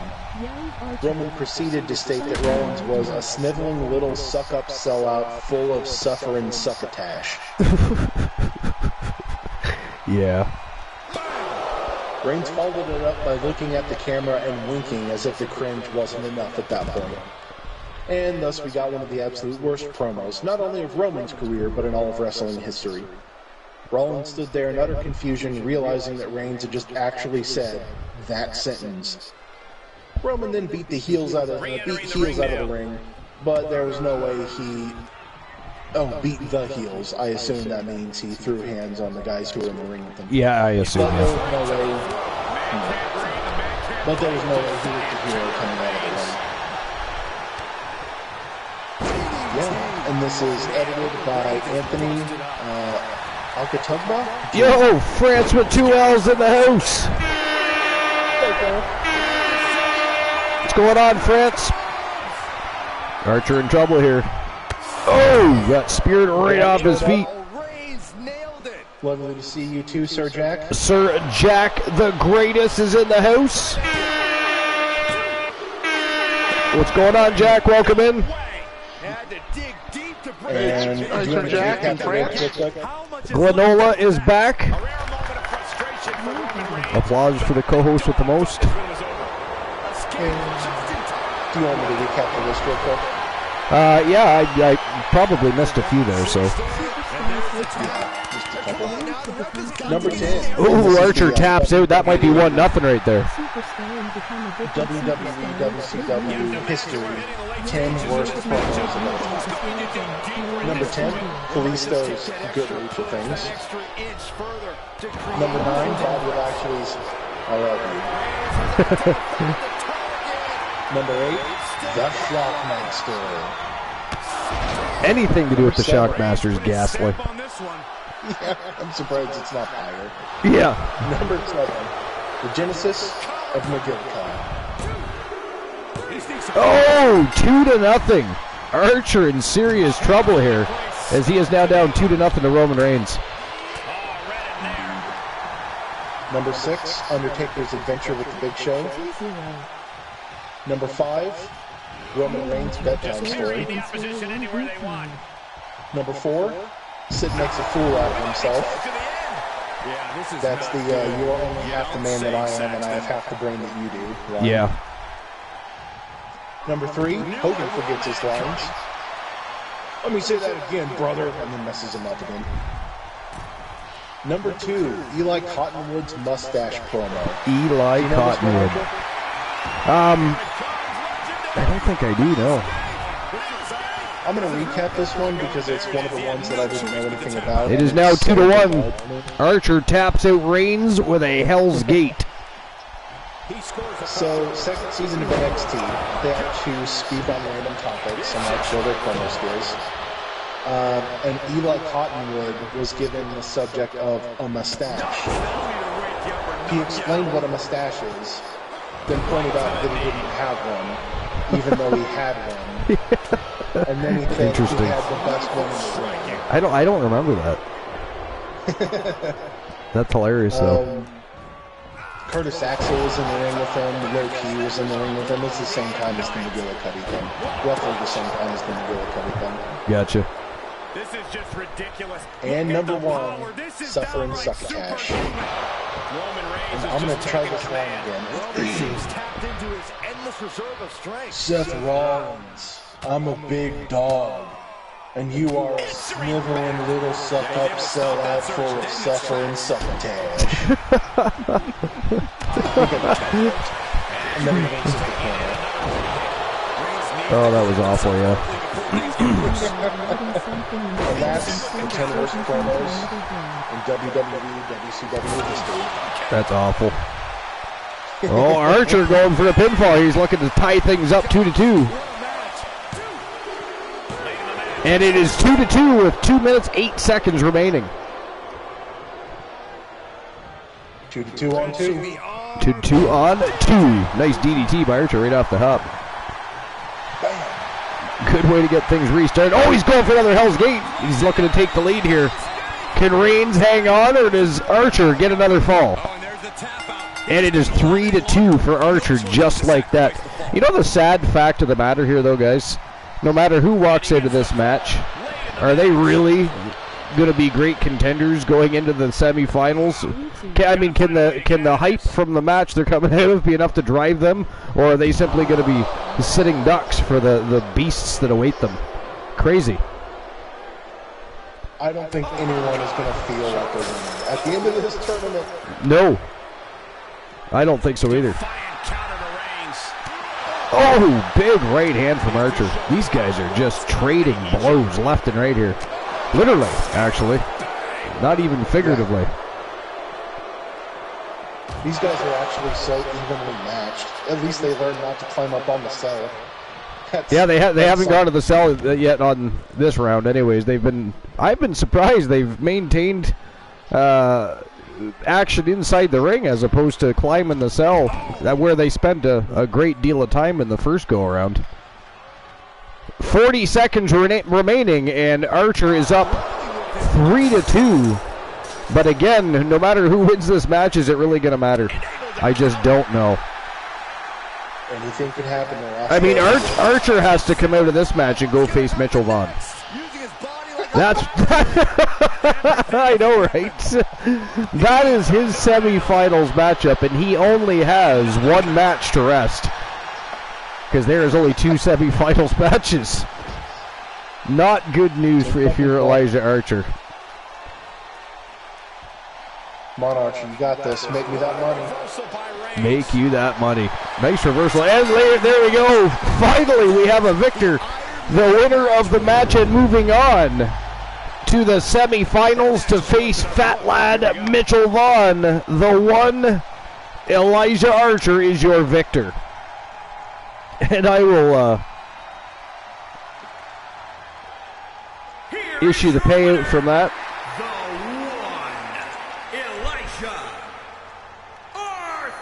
And there we go, 17,020 Archerverse bucks are being distributed amongst you victors, you bunch of gambling fiends. There you go, your payout has been issued. Not to be outdone, Archer is also walking on the barricade to show off.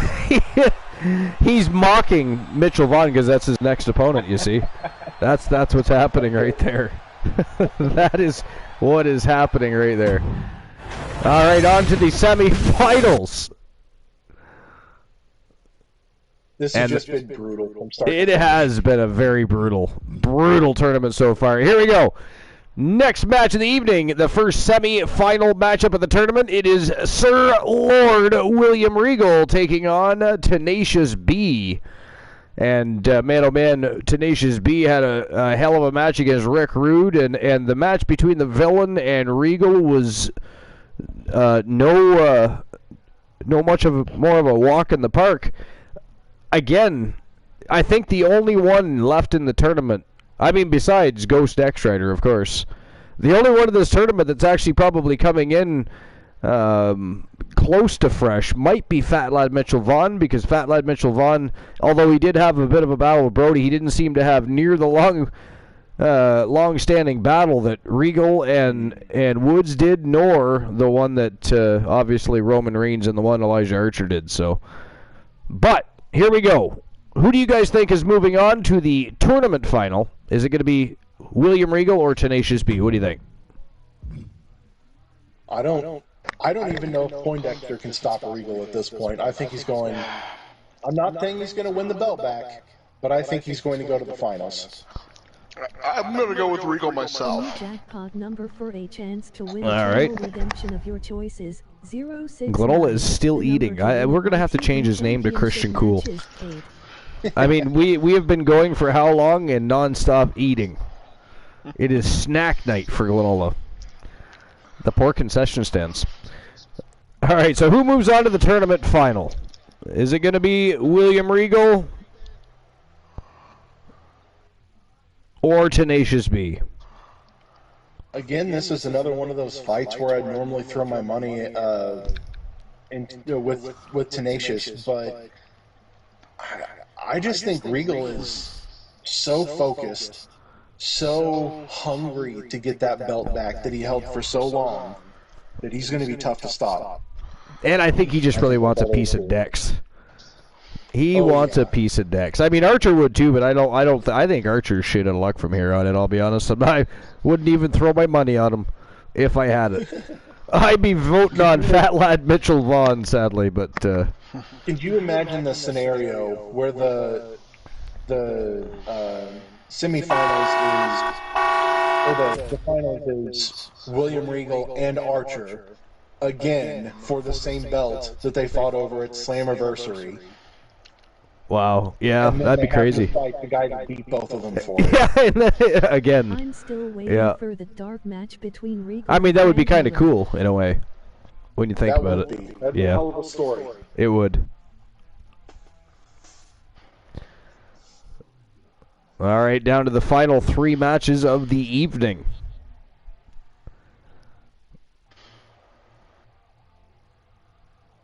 France Atuel says, I'm still waiting for that dark match between Regal and Frank Miller. I must have missed that. I'll have to go back and look. Rocky Mountain Pro! Wow, Rocky Mountain Pro rating with a party of 9. Welcome in, Raiders. Appreciate you stopping by. Welcome to episode number 425 here at the Archiverse. This is a Gold Rush tournament for the Archiverse Unified World Television Championship. It's only the 3rd time in Archiverse history it's been on the line in a Gold Rush tournament, and it has been one hell of a brutal tournament.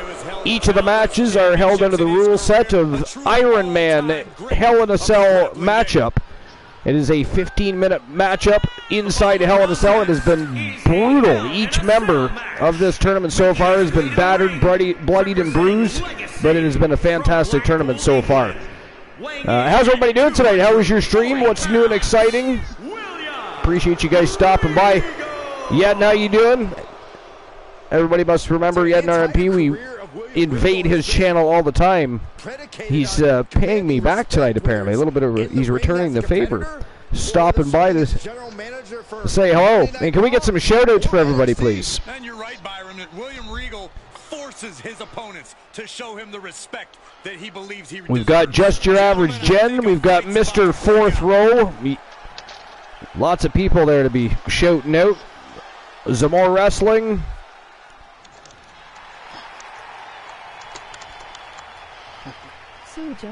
There we go.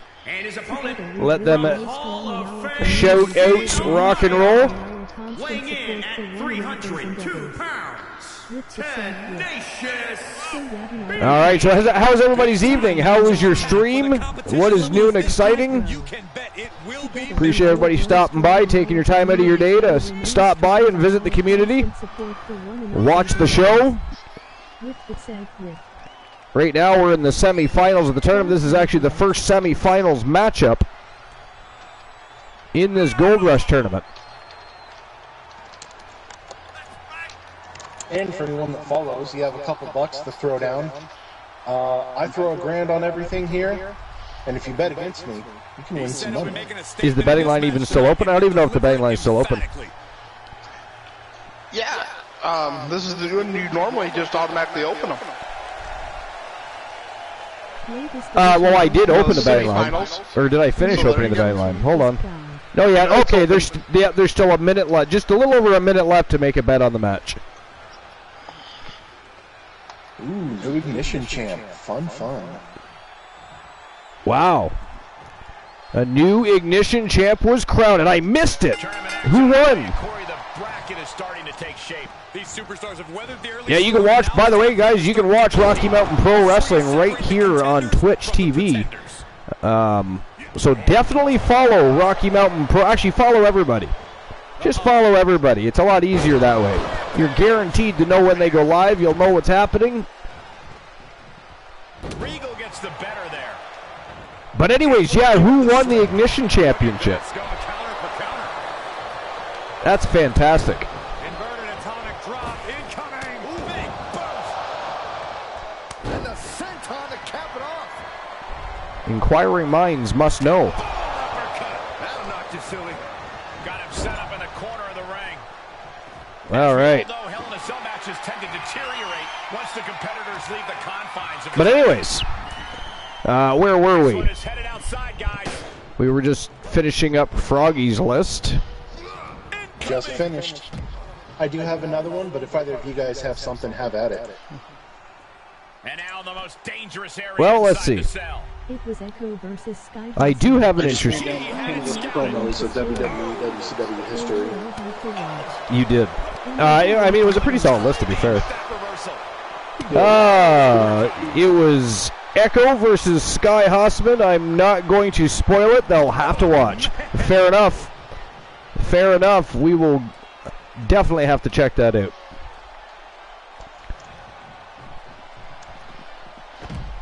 All right, so I do have a list, actually. Just give me a second. With an uppercut. He's absorbed some damage already. Gets him with the. All right, so this is by the Sportster, and it was published by Mark Ryan. We've actually read a couple of his lists before. And it is 10 forgotten WWE wrestlers who faded in a hurry. All right, then. Guess this madman's Yeah. Yeah. So it says, now this list is actually fairly recent. It was from February 12th, 2022. So it's fairly recent. So it says, in WWE, wrestlers can fade away before leaving a lasting mark in the minds of the fans. Superstars can experience brief relevancy before fading away.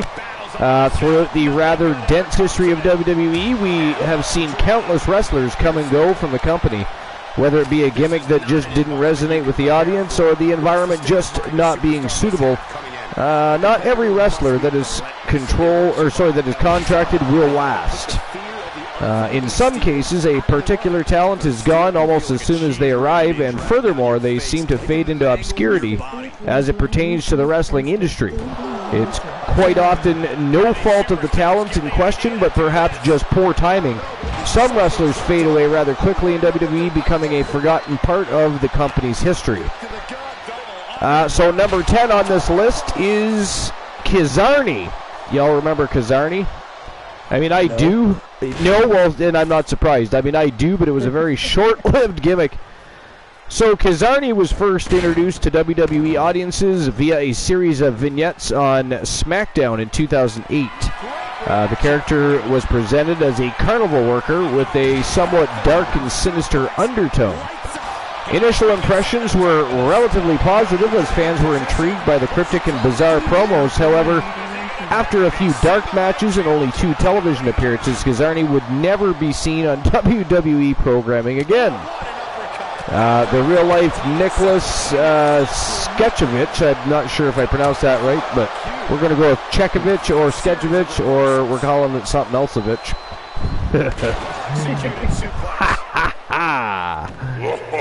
Anyways, would turn up at the WWE Performance Center as a guest coach in 2019 and still compete on the independent circuit as Sin Bodhi. You guys probably do recognize the Sin Bodhi name more than Kizarny. Number 9, Bam Neely. Bam Neely was initially trained by legendary Eddie Sharkey, whose famed students also include names like the Road Warriors. In 2007, he would report to OVW and would then join the main roster not long after. He would first make his debut on ECW on Sci-Fi, assisting Chavo Guerrero in an attack on Kane. Because of his association with Chavo, he would also become a member of La Familia, the group that was established by Edge and Vicky Guerrero. In the ensuing years, Neely would bounce back and forth between ECW and SmackDown before finally being released in 2009. Oh, Regal's off the cell. Oh, Tenacious B in hot pursuit. Too going to take full advantage of that situation, as he should. Has there been a pinfall or submission yet? Have I missed anything? I've been kind of deep into this article, so I'm not really sure what's going on. You haven't seen one? Okay. So number 8 on this list is Marcus Corvon. The former Monty Brown debuted in the revamped ECW in 2007 as Marcus Corvon. Many fans predicted a successful run for Corvon as he had the size and athletic background that WWE tends to favor. Before coming into WWE, Corvon was well featured in TNA as Monty Brown, so he seemed a surefire process sunfire. He's a car. Seemed like a car. He is an automobile. You know, he's just short of being a tank. He's a little too green for that. Surefire prospect. For whatever reason, Corvon just never seemed to click in the WWE environment and was not given much TV time to establish his persona and skills. Most recently, Corvon was spotted backstage at a WWE live event in 2019. Yeah, I wasn't a big Corvon fan anyways, or a Monty Brown fan, so I can't really say a whole lot on the matter. What about you? On the list I did on Slammiversary. Okay, so you're not familiar with Monty Brown or Corvon, okay. I liked Monty Brown. I love the pounce. I think that was an awesome finisher. I mean, it was a good finisher. You know, but I think he was underutilized in WWE, to be honest. Well, that's basically what happened, yeah, because, I mean, I wasn't a big fan of either Monty Brown or Corvon gimmick, but he was at least utilized better as Monty Brown. Number 7 on the list is Kenny Dykstra. Originally known as Ken Doane, Kenny Dykstra would have his first pro wrestling match at the tender age of 15. He would actually first appear on the WWE television at age 17 in May 2003. He would move on to OVW in 2005 before making his main roster debut as a member of the Spirit Squad. When that group went their separate ways, Dykstra was the one who was given the singles push, including 3 consecutive one-on-one victories over Ric Flair. In the case, I know, right? In the case of Dykstra, it seemed that backstage politics may have led to his falling out of favor. He was reported to have been involved in a real-life love triangle involving Mickie James and John Cena. What? Somebody fact-check that, please. Look that shit up right now. I want to know more. But anyways, Dykstra now works as a backstage producer for WWE. Real life love triangle involving Mickie James and John Cena. Go.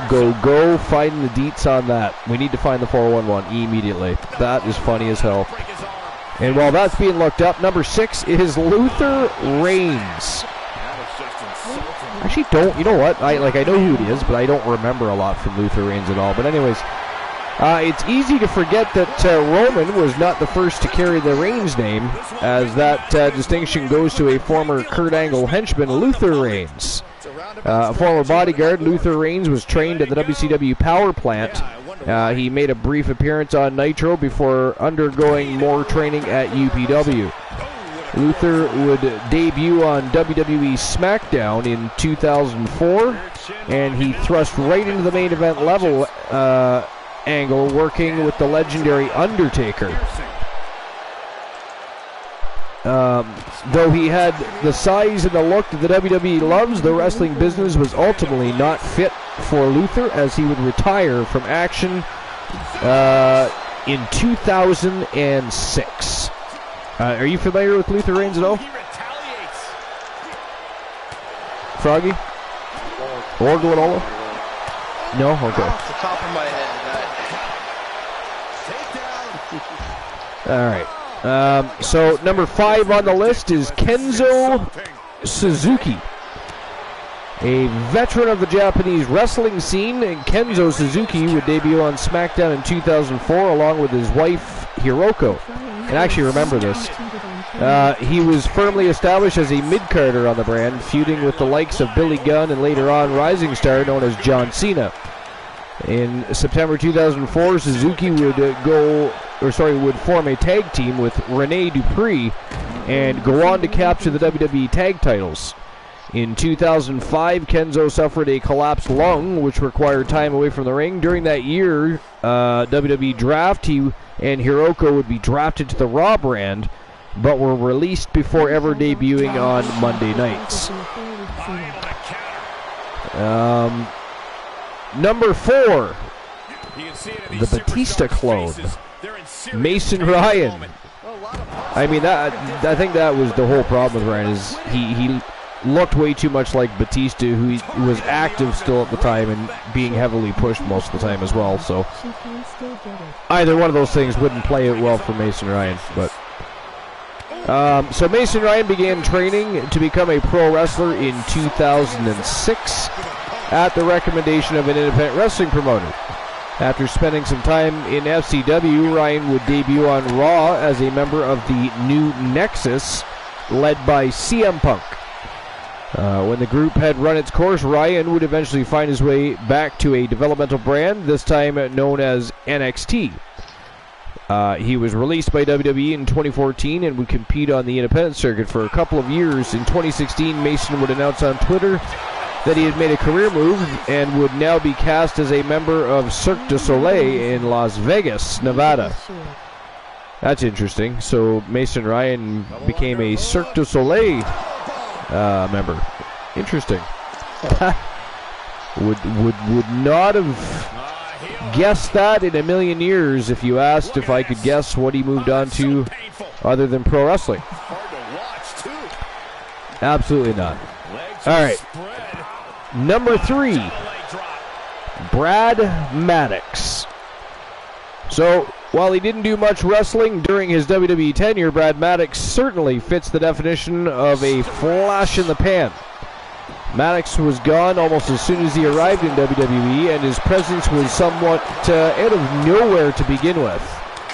Initially debuting as a referee, Maddox would be thrust into a storyline when he assisted CM Punk in defeating Ryback at the Hell in a Cell pay-per-view in late 2012. Maddox would eventually be appointed the general manager position on Raw. In 2015, Brad would be released from the WWE in the wake of various controversies in and out of the ring. Could we bring some information up on that too, please? So, in addition to the Mickey James, Kenny Dykstra, John Cena, we now need to bring up a little bit of information on Brad Maddox controversies. All right. Joe said that Cena's the reason that Dykstra and didn't get married. Interessant. Joe Link, how dare you disrupt the information, the fact-checking already being done for a more in-depth look at the scene of the crime. Ghastly. Alright, so number 2 is Oksana. So much like Brad Maddox, Oksana sort of randomly appeared on WWE programming and was thrust right into the mix. Her run with the company saw her have relationships with the likes of Goldust, Teddy Long, and Antonio Cesaro. She was paired with the debuting Cesaro, leading him to the United States Championship in 2012. Oksana would leave the company, leave long for Cesaro, breaking Teddy's heart. The pairing would also dissolve later in the year, and Oksana would begin a storyline with Caitlyn and Eve Torres over the Divas Championship. She would go on to form a tag team with Alicia Fox before being released in 2014.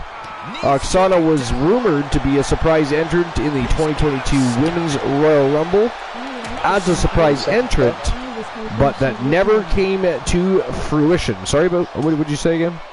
Oh, 30 seconds remaining. And what's the count? No idea. How dare you? How dare you? You are not even the one doing the list. All right, who's paying attention? Joe Lake, what's the count? Searching for confirmation about stuff about the list. Fair point. Well played. Well played. Yeah, apparently the Maddox on a dark match. Wow, it was a draw. You must be kidding me. Oh my god. Yeah, Maddox called the audience a bunch of cocky pricks. Ghastly. In this contest, winner advances in the tournament, loser has to head back to the locker room. Ousted from the event moving forward. And Regal's maintaining the advantage now. And Regal wow. might have more in store. Brutality. Out of the ring and into hell itself. And you know what's horrendous is the fact that it is getting late and I have to work in the morning, and we are still in the semifinals here. Coming back into the ring, back to the action. Good God. Yeah, I was noticing this. Out of the ring and even closer to the Yes. chain link enclosure. What might have to happen is we might have to continue the tournament tomorrow night. Now, the good news is I worked later in the day, the next day, which means we could finish this tournament and have another tournament. So instead of a kickoff match, we have the final, two matches, He's gaining the upper hand here. 3 matches of this tournament, and have another tournament Oh my gosh, what impact. after it is completed. He deflects it right back. That might be the way to go. That might be the way to go. Because it is almost 2 a.m. Oh man. And unfortunately, due to many draws, we might be forced to do such things. So I think we should do exactly that. So tomorrow night, at 10:30 p.m. Eastern Standard Time, we are going to finish this tournament, and we're going to have ourselves another tournament. And I will discuss over the course of the day with the boys what exactly we're going to do for that second tournament. And we'll, of course, let everybody know in due time. But do be aware, tomorrow night's going to be another night of fire here at the Archiverse. It was not going to be a planned evening. We were not going to do a show tomorrow night. But now we are forced to run a show tomorrow night and finish the tournament. So why not have 2 tournaments? And that is exactly what we're going to do. Joe Link says, a lot of draws today. I know, it's been a hot minute since we've had draws in a tournament. Tonight just happens to be the night of draws. Superstar switch up. Want to become someone else Wow. for the day? Type superstar and become. All right, anyways. Where were we on that list? I was at number 1, I think, actually, to be honest. Or was I at 2? No, I was at 1. All right, so the last but not least, number 1 on the list is Mike Knox. Mike Knox was one of the key players in 2006 relaunch of ECW on Sci-Fi. He was the first cast as the on-screen boyfriend of Kelly Kelly and would begin a feud with CM Punk. CM Punk keeps coming up a lot tonight, doesn't he? That must really make Linola happy. He's a big CM Punk fan. Mike would be a member of Team Rated RKO at the Survivor Series pay-per-view in 2006, during which a moment of foreshadowing would occur when he was eliminated by Shawn Michaels and Triple H. Visibly uttered, "Who was that guy?" Knox would eventually make his way to Raw, culminating in a spot at the Elimination Chamber match for a title shot at WrestleMania in 2009. He was released in 2010 after a forgettable run on SmackDown, though he still competes on the independent circuit to this very day. So again, that was a list by the Sportster, Mark Ryan, and it was 10 forgotten WWE wrestlers who faded in a hurry. Number 10 was Kazarni. Number 9 was Bam Neely. Number 8, Marcus Corvon. Number 7, Kenny Dykstra. Number 6 was Luther Reigns. Number 5, Kenzo Suzuki. Number 4 was Mason Ryan. Number 3, Brad Maddox. Number 2 was Oksana. And number 1 was Mike Knox. And forgotten in a hurry for good reason in most circumstances here, I would think. I mean, Froggy didn't even know most of them, so there's that, right? And whether it be because of the way they were pushed or because they just ended up not being as good as their hype is what it is. Isn't that right, Glenola? Sorry, I was zoned out. Glenola fell asleep again, ladies and gentlemen. But hey, I wasn't asleep. I was still awake. Just zoned out. Zoned out. What do you think about that, Froggy? I think it happens. I think it happens. I imagine every time Glenola hears the name BM Punk, there's a 50-50.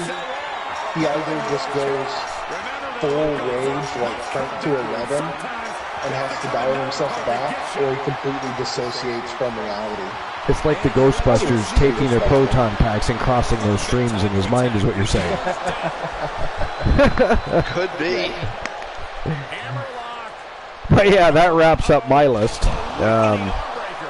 You got about 8 minutes if anybody's got any interesting information or a very quick list. Oh, yes, I've got the 15 worst kayfabe breaking moments in WWE history.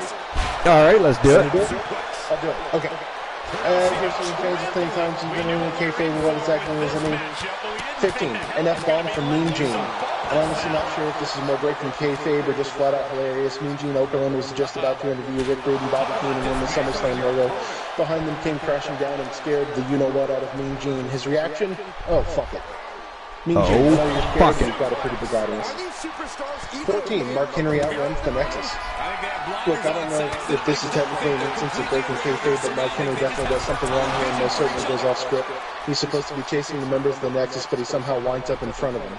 How does that happen? 13. Booker T is coming for Hulk Hogan. Oh yeah, that's a whole thing. Number 12. Road Warrior Hawkin is the wrong room. This clip is just one giant clusterfuck. In a 45-second span, Vader laughs when he flubs one of his lines. Sunny looks like she wants to laugh as well, and then Road Warrior Hawkin inadvertently walks in on the interview and realizes what he's done. The look on Hawk's face is hysterical as he breaks kayfabe rather than trying to cover it up. 11. Randy Orton thinks that Kofi Kingston is stupid.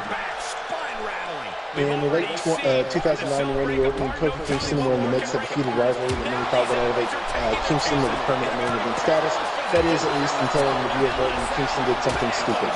During a match between the two on Raw, Kingston was out of place on the finish of the bout, and Orton apparently thought that Kingston telegraphed the ending of the match, which was Orton winning with RKO. After Orton was finishing the maneuver, he yelled "stupid" multiple times at Kingston while also mouthing some inaudible obscenities. As a result, Kingston's major push stopped. He still hasn't recovered. Well, I would argue that point. But number 10, Triple H's miraculous recovery. On March 28, 2010, Shawn Michaels lost the career versus streak match against The Undertaker at WrestleMania 26 in the following night's episode of Raw with HBK's farewell show. But early on in the Raw show, Triple H was attacked by Sheamus with a steel pipe as he cut a promo before the crowd about the career of his best friend HBK.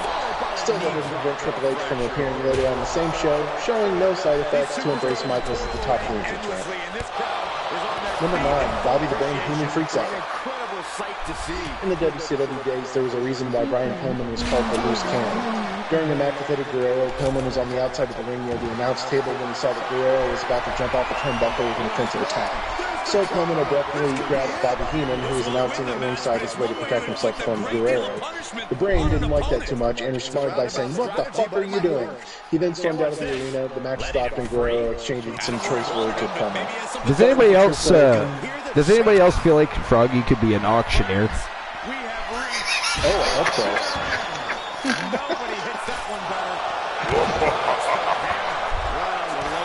And even in return to cover that's the match. Number 8, William Regal refuses to job to Goldberg. Ooh, this is topical. When Goldberg debuted in the WCW, he immediately went on a massive win streak in which each victory involved him hitting a signature. Yo, Christian Cool! We see you, Christian Cool. That was fine and dandy for most wrestlers who jobbed with him except Steven Regal, a.k.a. William Regal, a.k.a. Sir Lord William Stephen Regal, Esquire. Yeah. You gotta get all those DMD. Tossed in a DMD. He refused to job with Goldberg because he wanted to prove to WCW officials that he could out-wrestle the Rooker. So he went balls to the wall in the ring, hitting Goldberg with stiff punches, going off script, and refusing to take the pin as quickly as he was supposed to. Eventually, Regal did take the pin, but his little stunt cost him his job with WCW. Anyone else think this was awesome? Because I sure did. Daniel, number 7, Daniel Pooter. Wow, that's a name. Daniel Pooter thinks he's tough enough. At the 2004 Tough Enough Challenge, Kurt Angle issued the Who Wants to Get in the Ring with Me challenge for the remaining contestants on the show. His challenge was accepted by former MMA fighter Daniel Pooter, who was supposed to, at least according to the script, simply fall down and let Angle beat the living crap out of him. Well, Pooter would have none. He chose to be Mr. Tough Guy, pun intended, and put Angle in a submission hold instead. In case you were wondering, Angle was indeed pissed because someone so new to the wrestling business decided to go off script, and as for Pooter, he would actually go on to win the competition, though he never make it very far in the WWE. 6. Shawn Michaels hates being hit by batteries. Oh, that's fair. In March 1996, just 2 days before WrestleMania 15, Shawn Michaels and 14, excuse me. Shawn Michaels and the rest of D-Generation X were in the ring at WrestleMania weekend, and HBK was cutting a promo in front of a live crowd. Then some idiot threw a battery at Michaels, which hit him square in the migraine. HBK was none too pleased. He immediately left the ring and hurried backstage, where he stayed for more than 5 minutes as he argued with Vince McMahon over his behavior. Remember, this is the HBK that no one really liked, the brash hockey star, not the man he would later become. Anyway, Michaels eventually calmed down and he pulled back to the ring and the rest is history. Number 5, Hulk Hogan versus Jeff Jarrett. Bash of the Beach 2000, WCW is on its last legs and Jeff Jarrett and Hulk Hogan were feuding over the WCW World Heavyweight Our Bash of the Beach is far better. Just saying. Agreed. Unquestionably agreed. Well, as it turns out, Hogan wanted to hold the strap, but Jarrett had no interest in jobbing on Hogan, so Hogan decided to go to the head of WCW's creative department, Vince Russo. The following mess is what happened as a result. And we really wonder why WCW died. Number 4. I mean, if you want to know why else WCW died, all you gotta do is tune into a few episodes of AEW. That's true. AEW really doesn't know the axiom of those who don't learn from the past are going to repeat it. What an exclamation mark right there. They really said, you know, what the hell? Oh, Regal right through the top of the cell. Good God, that was beastly. He kicked out. The man kicked out. Are you fucking shitting me? Sir Lord Stephen William Regal in the house, ladies and gentlemen. In the house. Oh, he's caught in a coquina clutch here, though. He might be fucked up here. And he tapped out. I think that's 1-0. I think Tenacious B's in the lead here, but I don't really know. We get thrown through the roof of the cell. You can only stand so much after that. Yeah. So Inoki isn't a match from WWF, WWE, or WCW, but Inoki is a member of the WWE Hall of Fame, so he's including it. Plus, the dude goes nuts against the Great Antonio in this match. Apparently, the Great Antonio tried to turn this match from a work to a shoot, but Inoki was the one who actually accomplished that. He just wails on Great Antonio with soccer kicks that make Randy Orton's punt look like they come from a 3rd grader. I don't care what anyone else says, those kicks were legit. Yeah, they sure were. Number 3, JBL destroys the Blue Meanie. At ECW's One Night Stand in 2005, the show concluded with Stone Cold Steve Austin inviting all the wrestlers who were backstage into the ring for a frosty one, and then subsequently suggesting they have a giant brawl. Oh no! Tenacious B tapped out. I think it's 1-1. 38 seconds left. JBL, backstage bully, targeted the Blue Meanie from the get-go. They already had some issues with each other. And JBL decided it would be a good idea to break character, legitimately attack a co-worker, and bust him up pretty bad. Number 2, the Madison Square Garden incident. And this is one of the most covered kayfabe breaking moments of all time. Of course, 96, Kevin Nash, Diesel, Scott Hall, they're on their way out of WWE. They have a big match, and at the end of it, they share a big hug with HBK and Triple H. None of which was supposed to be ever televised, except so much of video. Oh no, it's another draw. You must be shitting me. God. Well, I guess we're having at least one more round. Alright, we gotta finish this one. We got 15 minutes to go again. Oh, damn it. I only have one left. The Montreal screw job. I almost got everything done. I know, right? You just about did. That was crazy. Okay, that's my second list. The 15 worst kayfabe breaking moments in WWE, WCW history. Another drew. Wow. Good God. Nuts. A third round. Inside of a Hell in a Cell. Under Iron Man rule set. And these guys are going to war for a third time in a row. Well, we keep talking about the damage retention, but you can heal up a little bit from that if you have to have the tournament on consecutive nights. That's true. That's true. Yeah, well, we'll definitely be finishing the tournament tomorrow night, and then we just have to figure out at some point tomorrow the additional tournament we're going to have. You know, once it concludes. I'm thinking a tag team title tournament, maybe, perhaps. We shall see. I love that. Yeah, that's what I was thinking. Maybe switch it up. Start off with a singles title for the ladies, or have the ladies do a single or a tag tournament. Have the title started off with singles. That's not too bad. Yeah, we could do. Yeah, that's what I was thinking. Whether or not it was the ladies' tag team division or the men's, that was up in the air. But now that you mention it, we could definitely have a women's tag team championship Gold Rush tournament. Interesting. What else has been a great idea is pop into the Discord and hit up the no holds barred chat. Oh, absolutely. Talk about what you're going to see.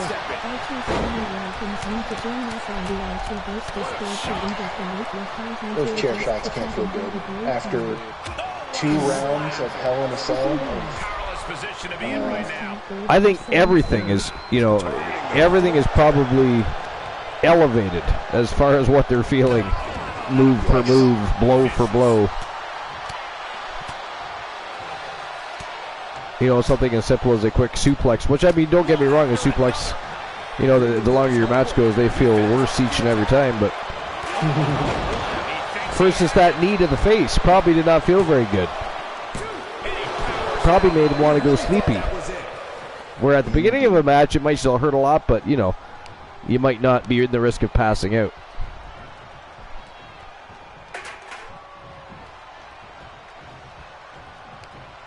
Like was mentioned in the list I just went through, William Regal got fucked around. Joe Link says, Women's Tag Gold Rush Tournament sounds great.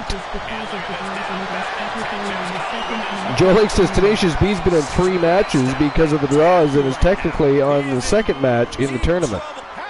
Yeah. Well, actually, this is his 3rd round with just Regal. So that would be 4. Yeah. No, wait, Wasn't he in the first of the... Was he the first to go to a draw? Yeah, because Regal didn't have a draw, but they did. Yeah. Okay, so this is his 5th match, and technically only the second match that he's been in. Yeah. This reminds me of B. that tournament. Oh man, been quite a while back with the Wolfman was in it because he did like 5-6 matches. Yeah, that's right. You know, it might hurt his chances at retaining the belt, but I think if I may speak on behalf of my client Poindexter, or Dex Rider, I should say. Dex Rider, how dare you? He would be upset giving these men, you know, most of the day to be able to recoup a little bit after all of this.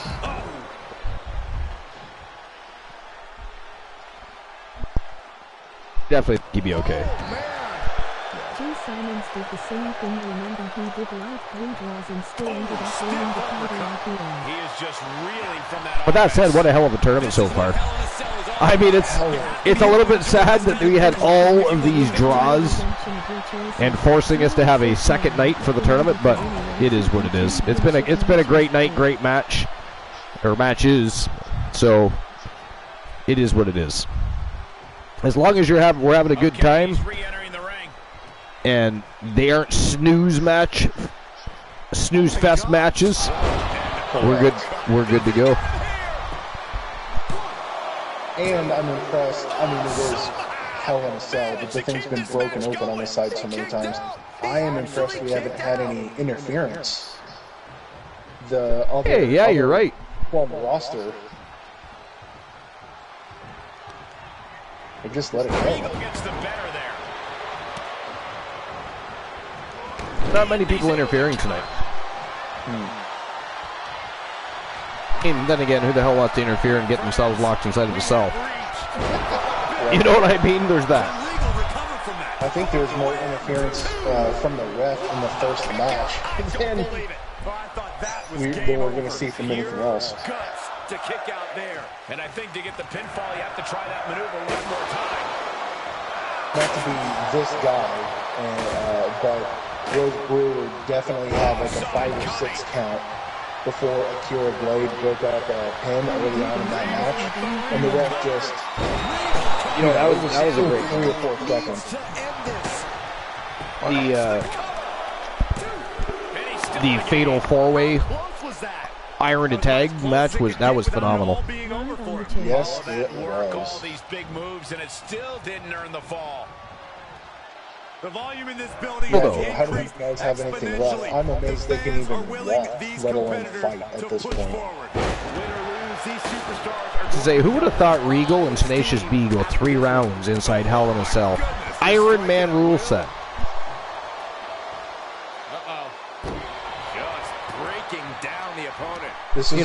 Nothing against Thrill Zone Wrestling or Tenacious B, but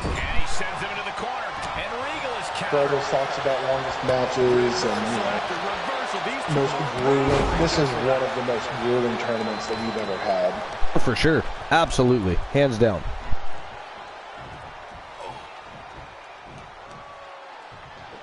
He's returning fire. Oh no! Look at this. Neck twist. We're gonna make the Wolfman jealous, so we might want to be careful with our word usage. Vicious. Oh my lord! Getting tossed.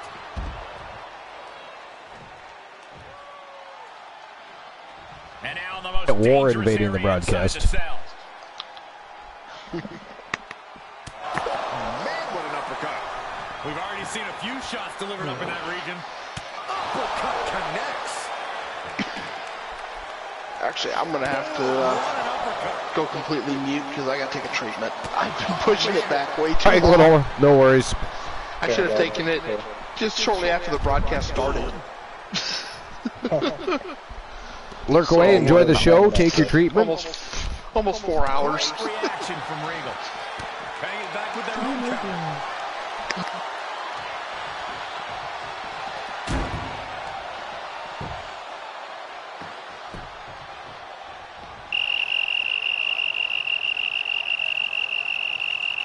Right? Things went silent. How dare we? Well, if I can say, just from a personal note, I appreciate all of you showing up to my streams as well. Like Archer says, it's a community effort for everything we do, and I wouldn't be where I am without the Archerverse and getting the word out about my streams and everyone hanging out and having a good time. He just had to tap out. He had to find a way to minimize the damage and move It is what we do, that's for sure. We have a great community, though, and that's why I said it would be no fun at all if we had this great community and everybody was simply supporting one person in that community amongst all of us that have channels and streams or shows and broadcasts.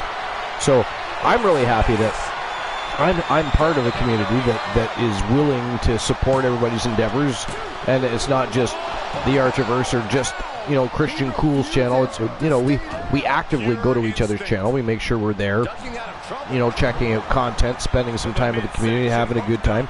That's a good thing. You know, I'm proud to be part of that community. And listen to this place. You like you too, Big T. Perhaps thinking about what to do next. T in the house. What's going on, Big T? Didn't even know you snuck in. When did Big T sneak in? First thing I've seen him say today. I mean, that would be a good thing, really. Working and watching. Working. So, tentative plans. We've got to finish this tournament tomorrow.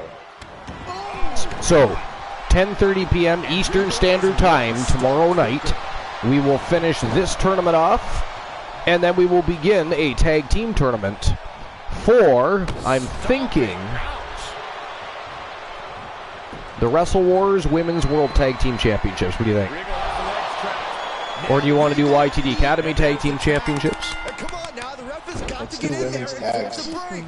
Women's tags? Yeah, let's go. Which one, YTD or do you want to go top shelf? So we're going with the Wrestle Wars Women's World Tag Team Championships being on the line then. All right, that's what we're going to do. So, wow, another fall for William Regal. So, tomorrow night, 10:30 p.m. Eastern Standard Time, ladies and gentlemen, we're going on another ride because we're being pushed to the side for one more evening as we complete this Gold Rush tournament for the Unified World Television Championship. We will then proceed to enter another tournament, another Gold Rush tournament, for the Wrestle Wars Women's World Tag Team Championship. So 2 nights of fire, back-to-back, unscheduled and unplanned, but nonetheless epically awesome as usual. Appreciate everybody for being here. Hope you had a great time. Tomorrow night's going to be just as good of a time, so make sure you mark it on your calendars, write it on a sticky note, get a tattoo. If you're out right now in a tattoo parlor for some weird reason, some strange, nonsensical reason watching the Archiverse, tattoo that message right on your bicep. Stare at it, look at it, remind yourself. Tomorrow night, live, Twitch TV, the late night place to be, the most must-see show on Twitch TV, the very best in fantasy wrestling excellence, bar none period, going live. 2 tournaments, 1 night. It is going to be gigantic. You don't want to miss it. If you miss it, we ban you. Actually, no, we won't. We don't care. Yes, we do. We're going to ban you. I forget I said that. We are going to ban you. Froggy will personally hunt you down and ban you. Personally. DC has a reminder that Kobe Best 124 will target the invasion.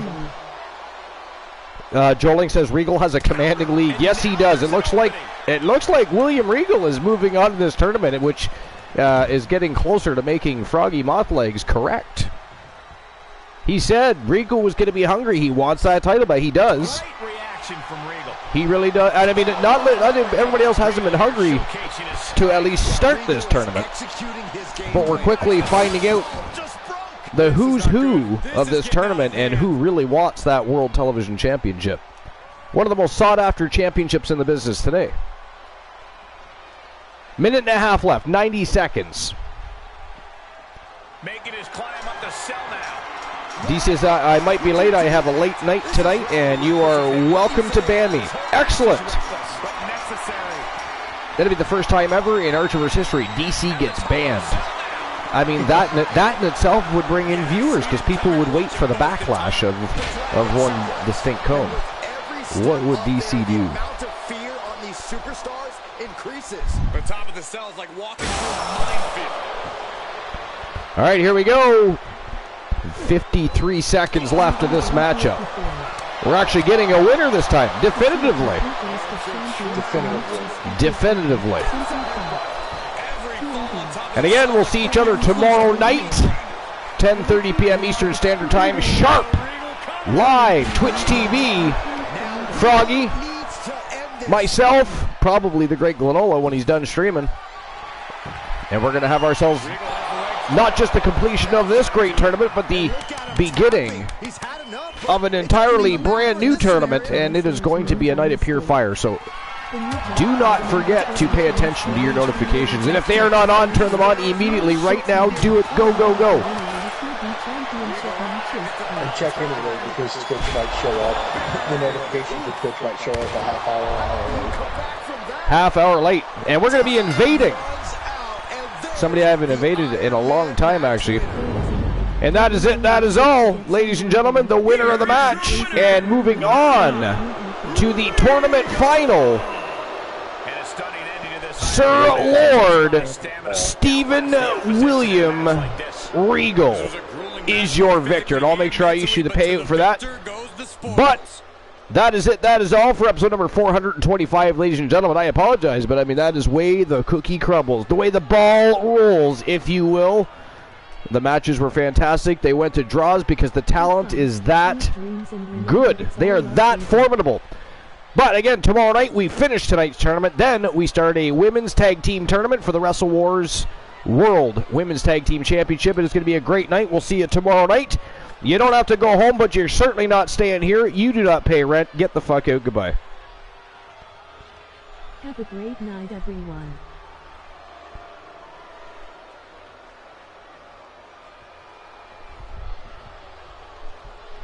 Hell of a show, sir.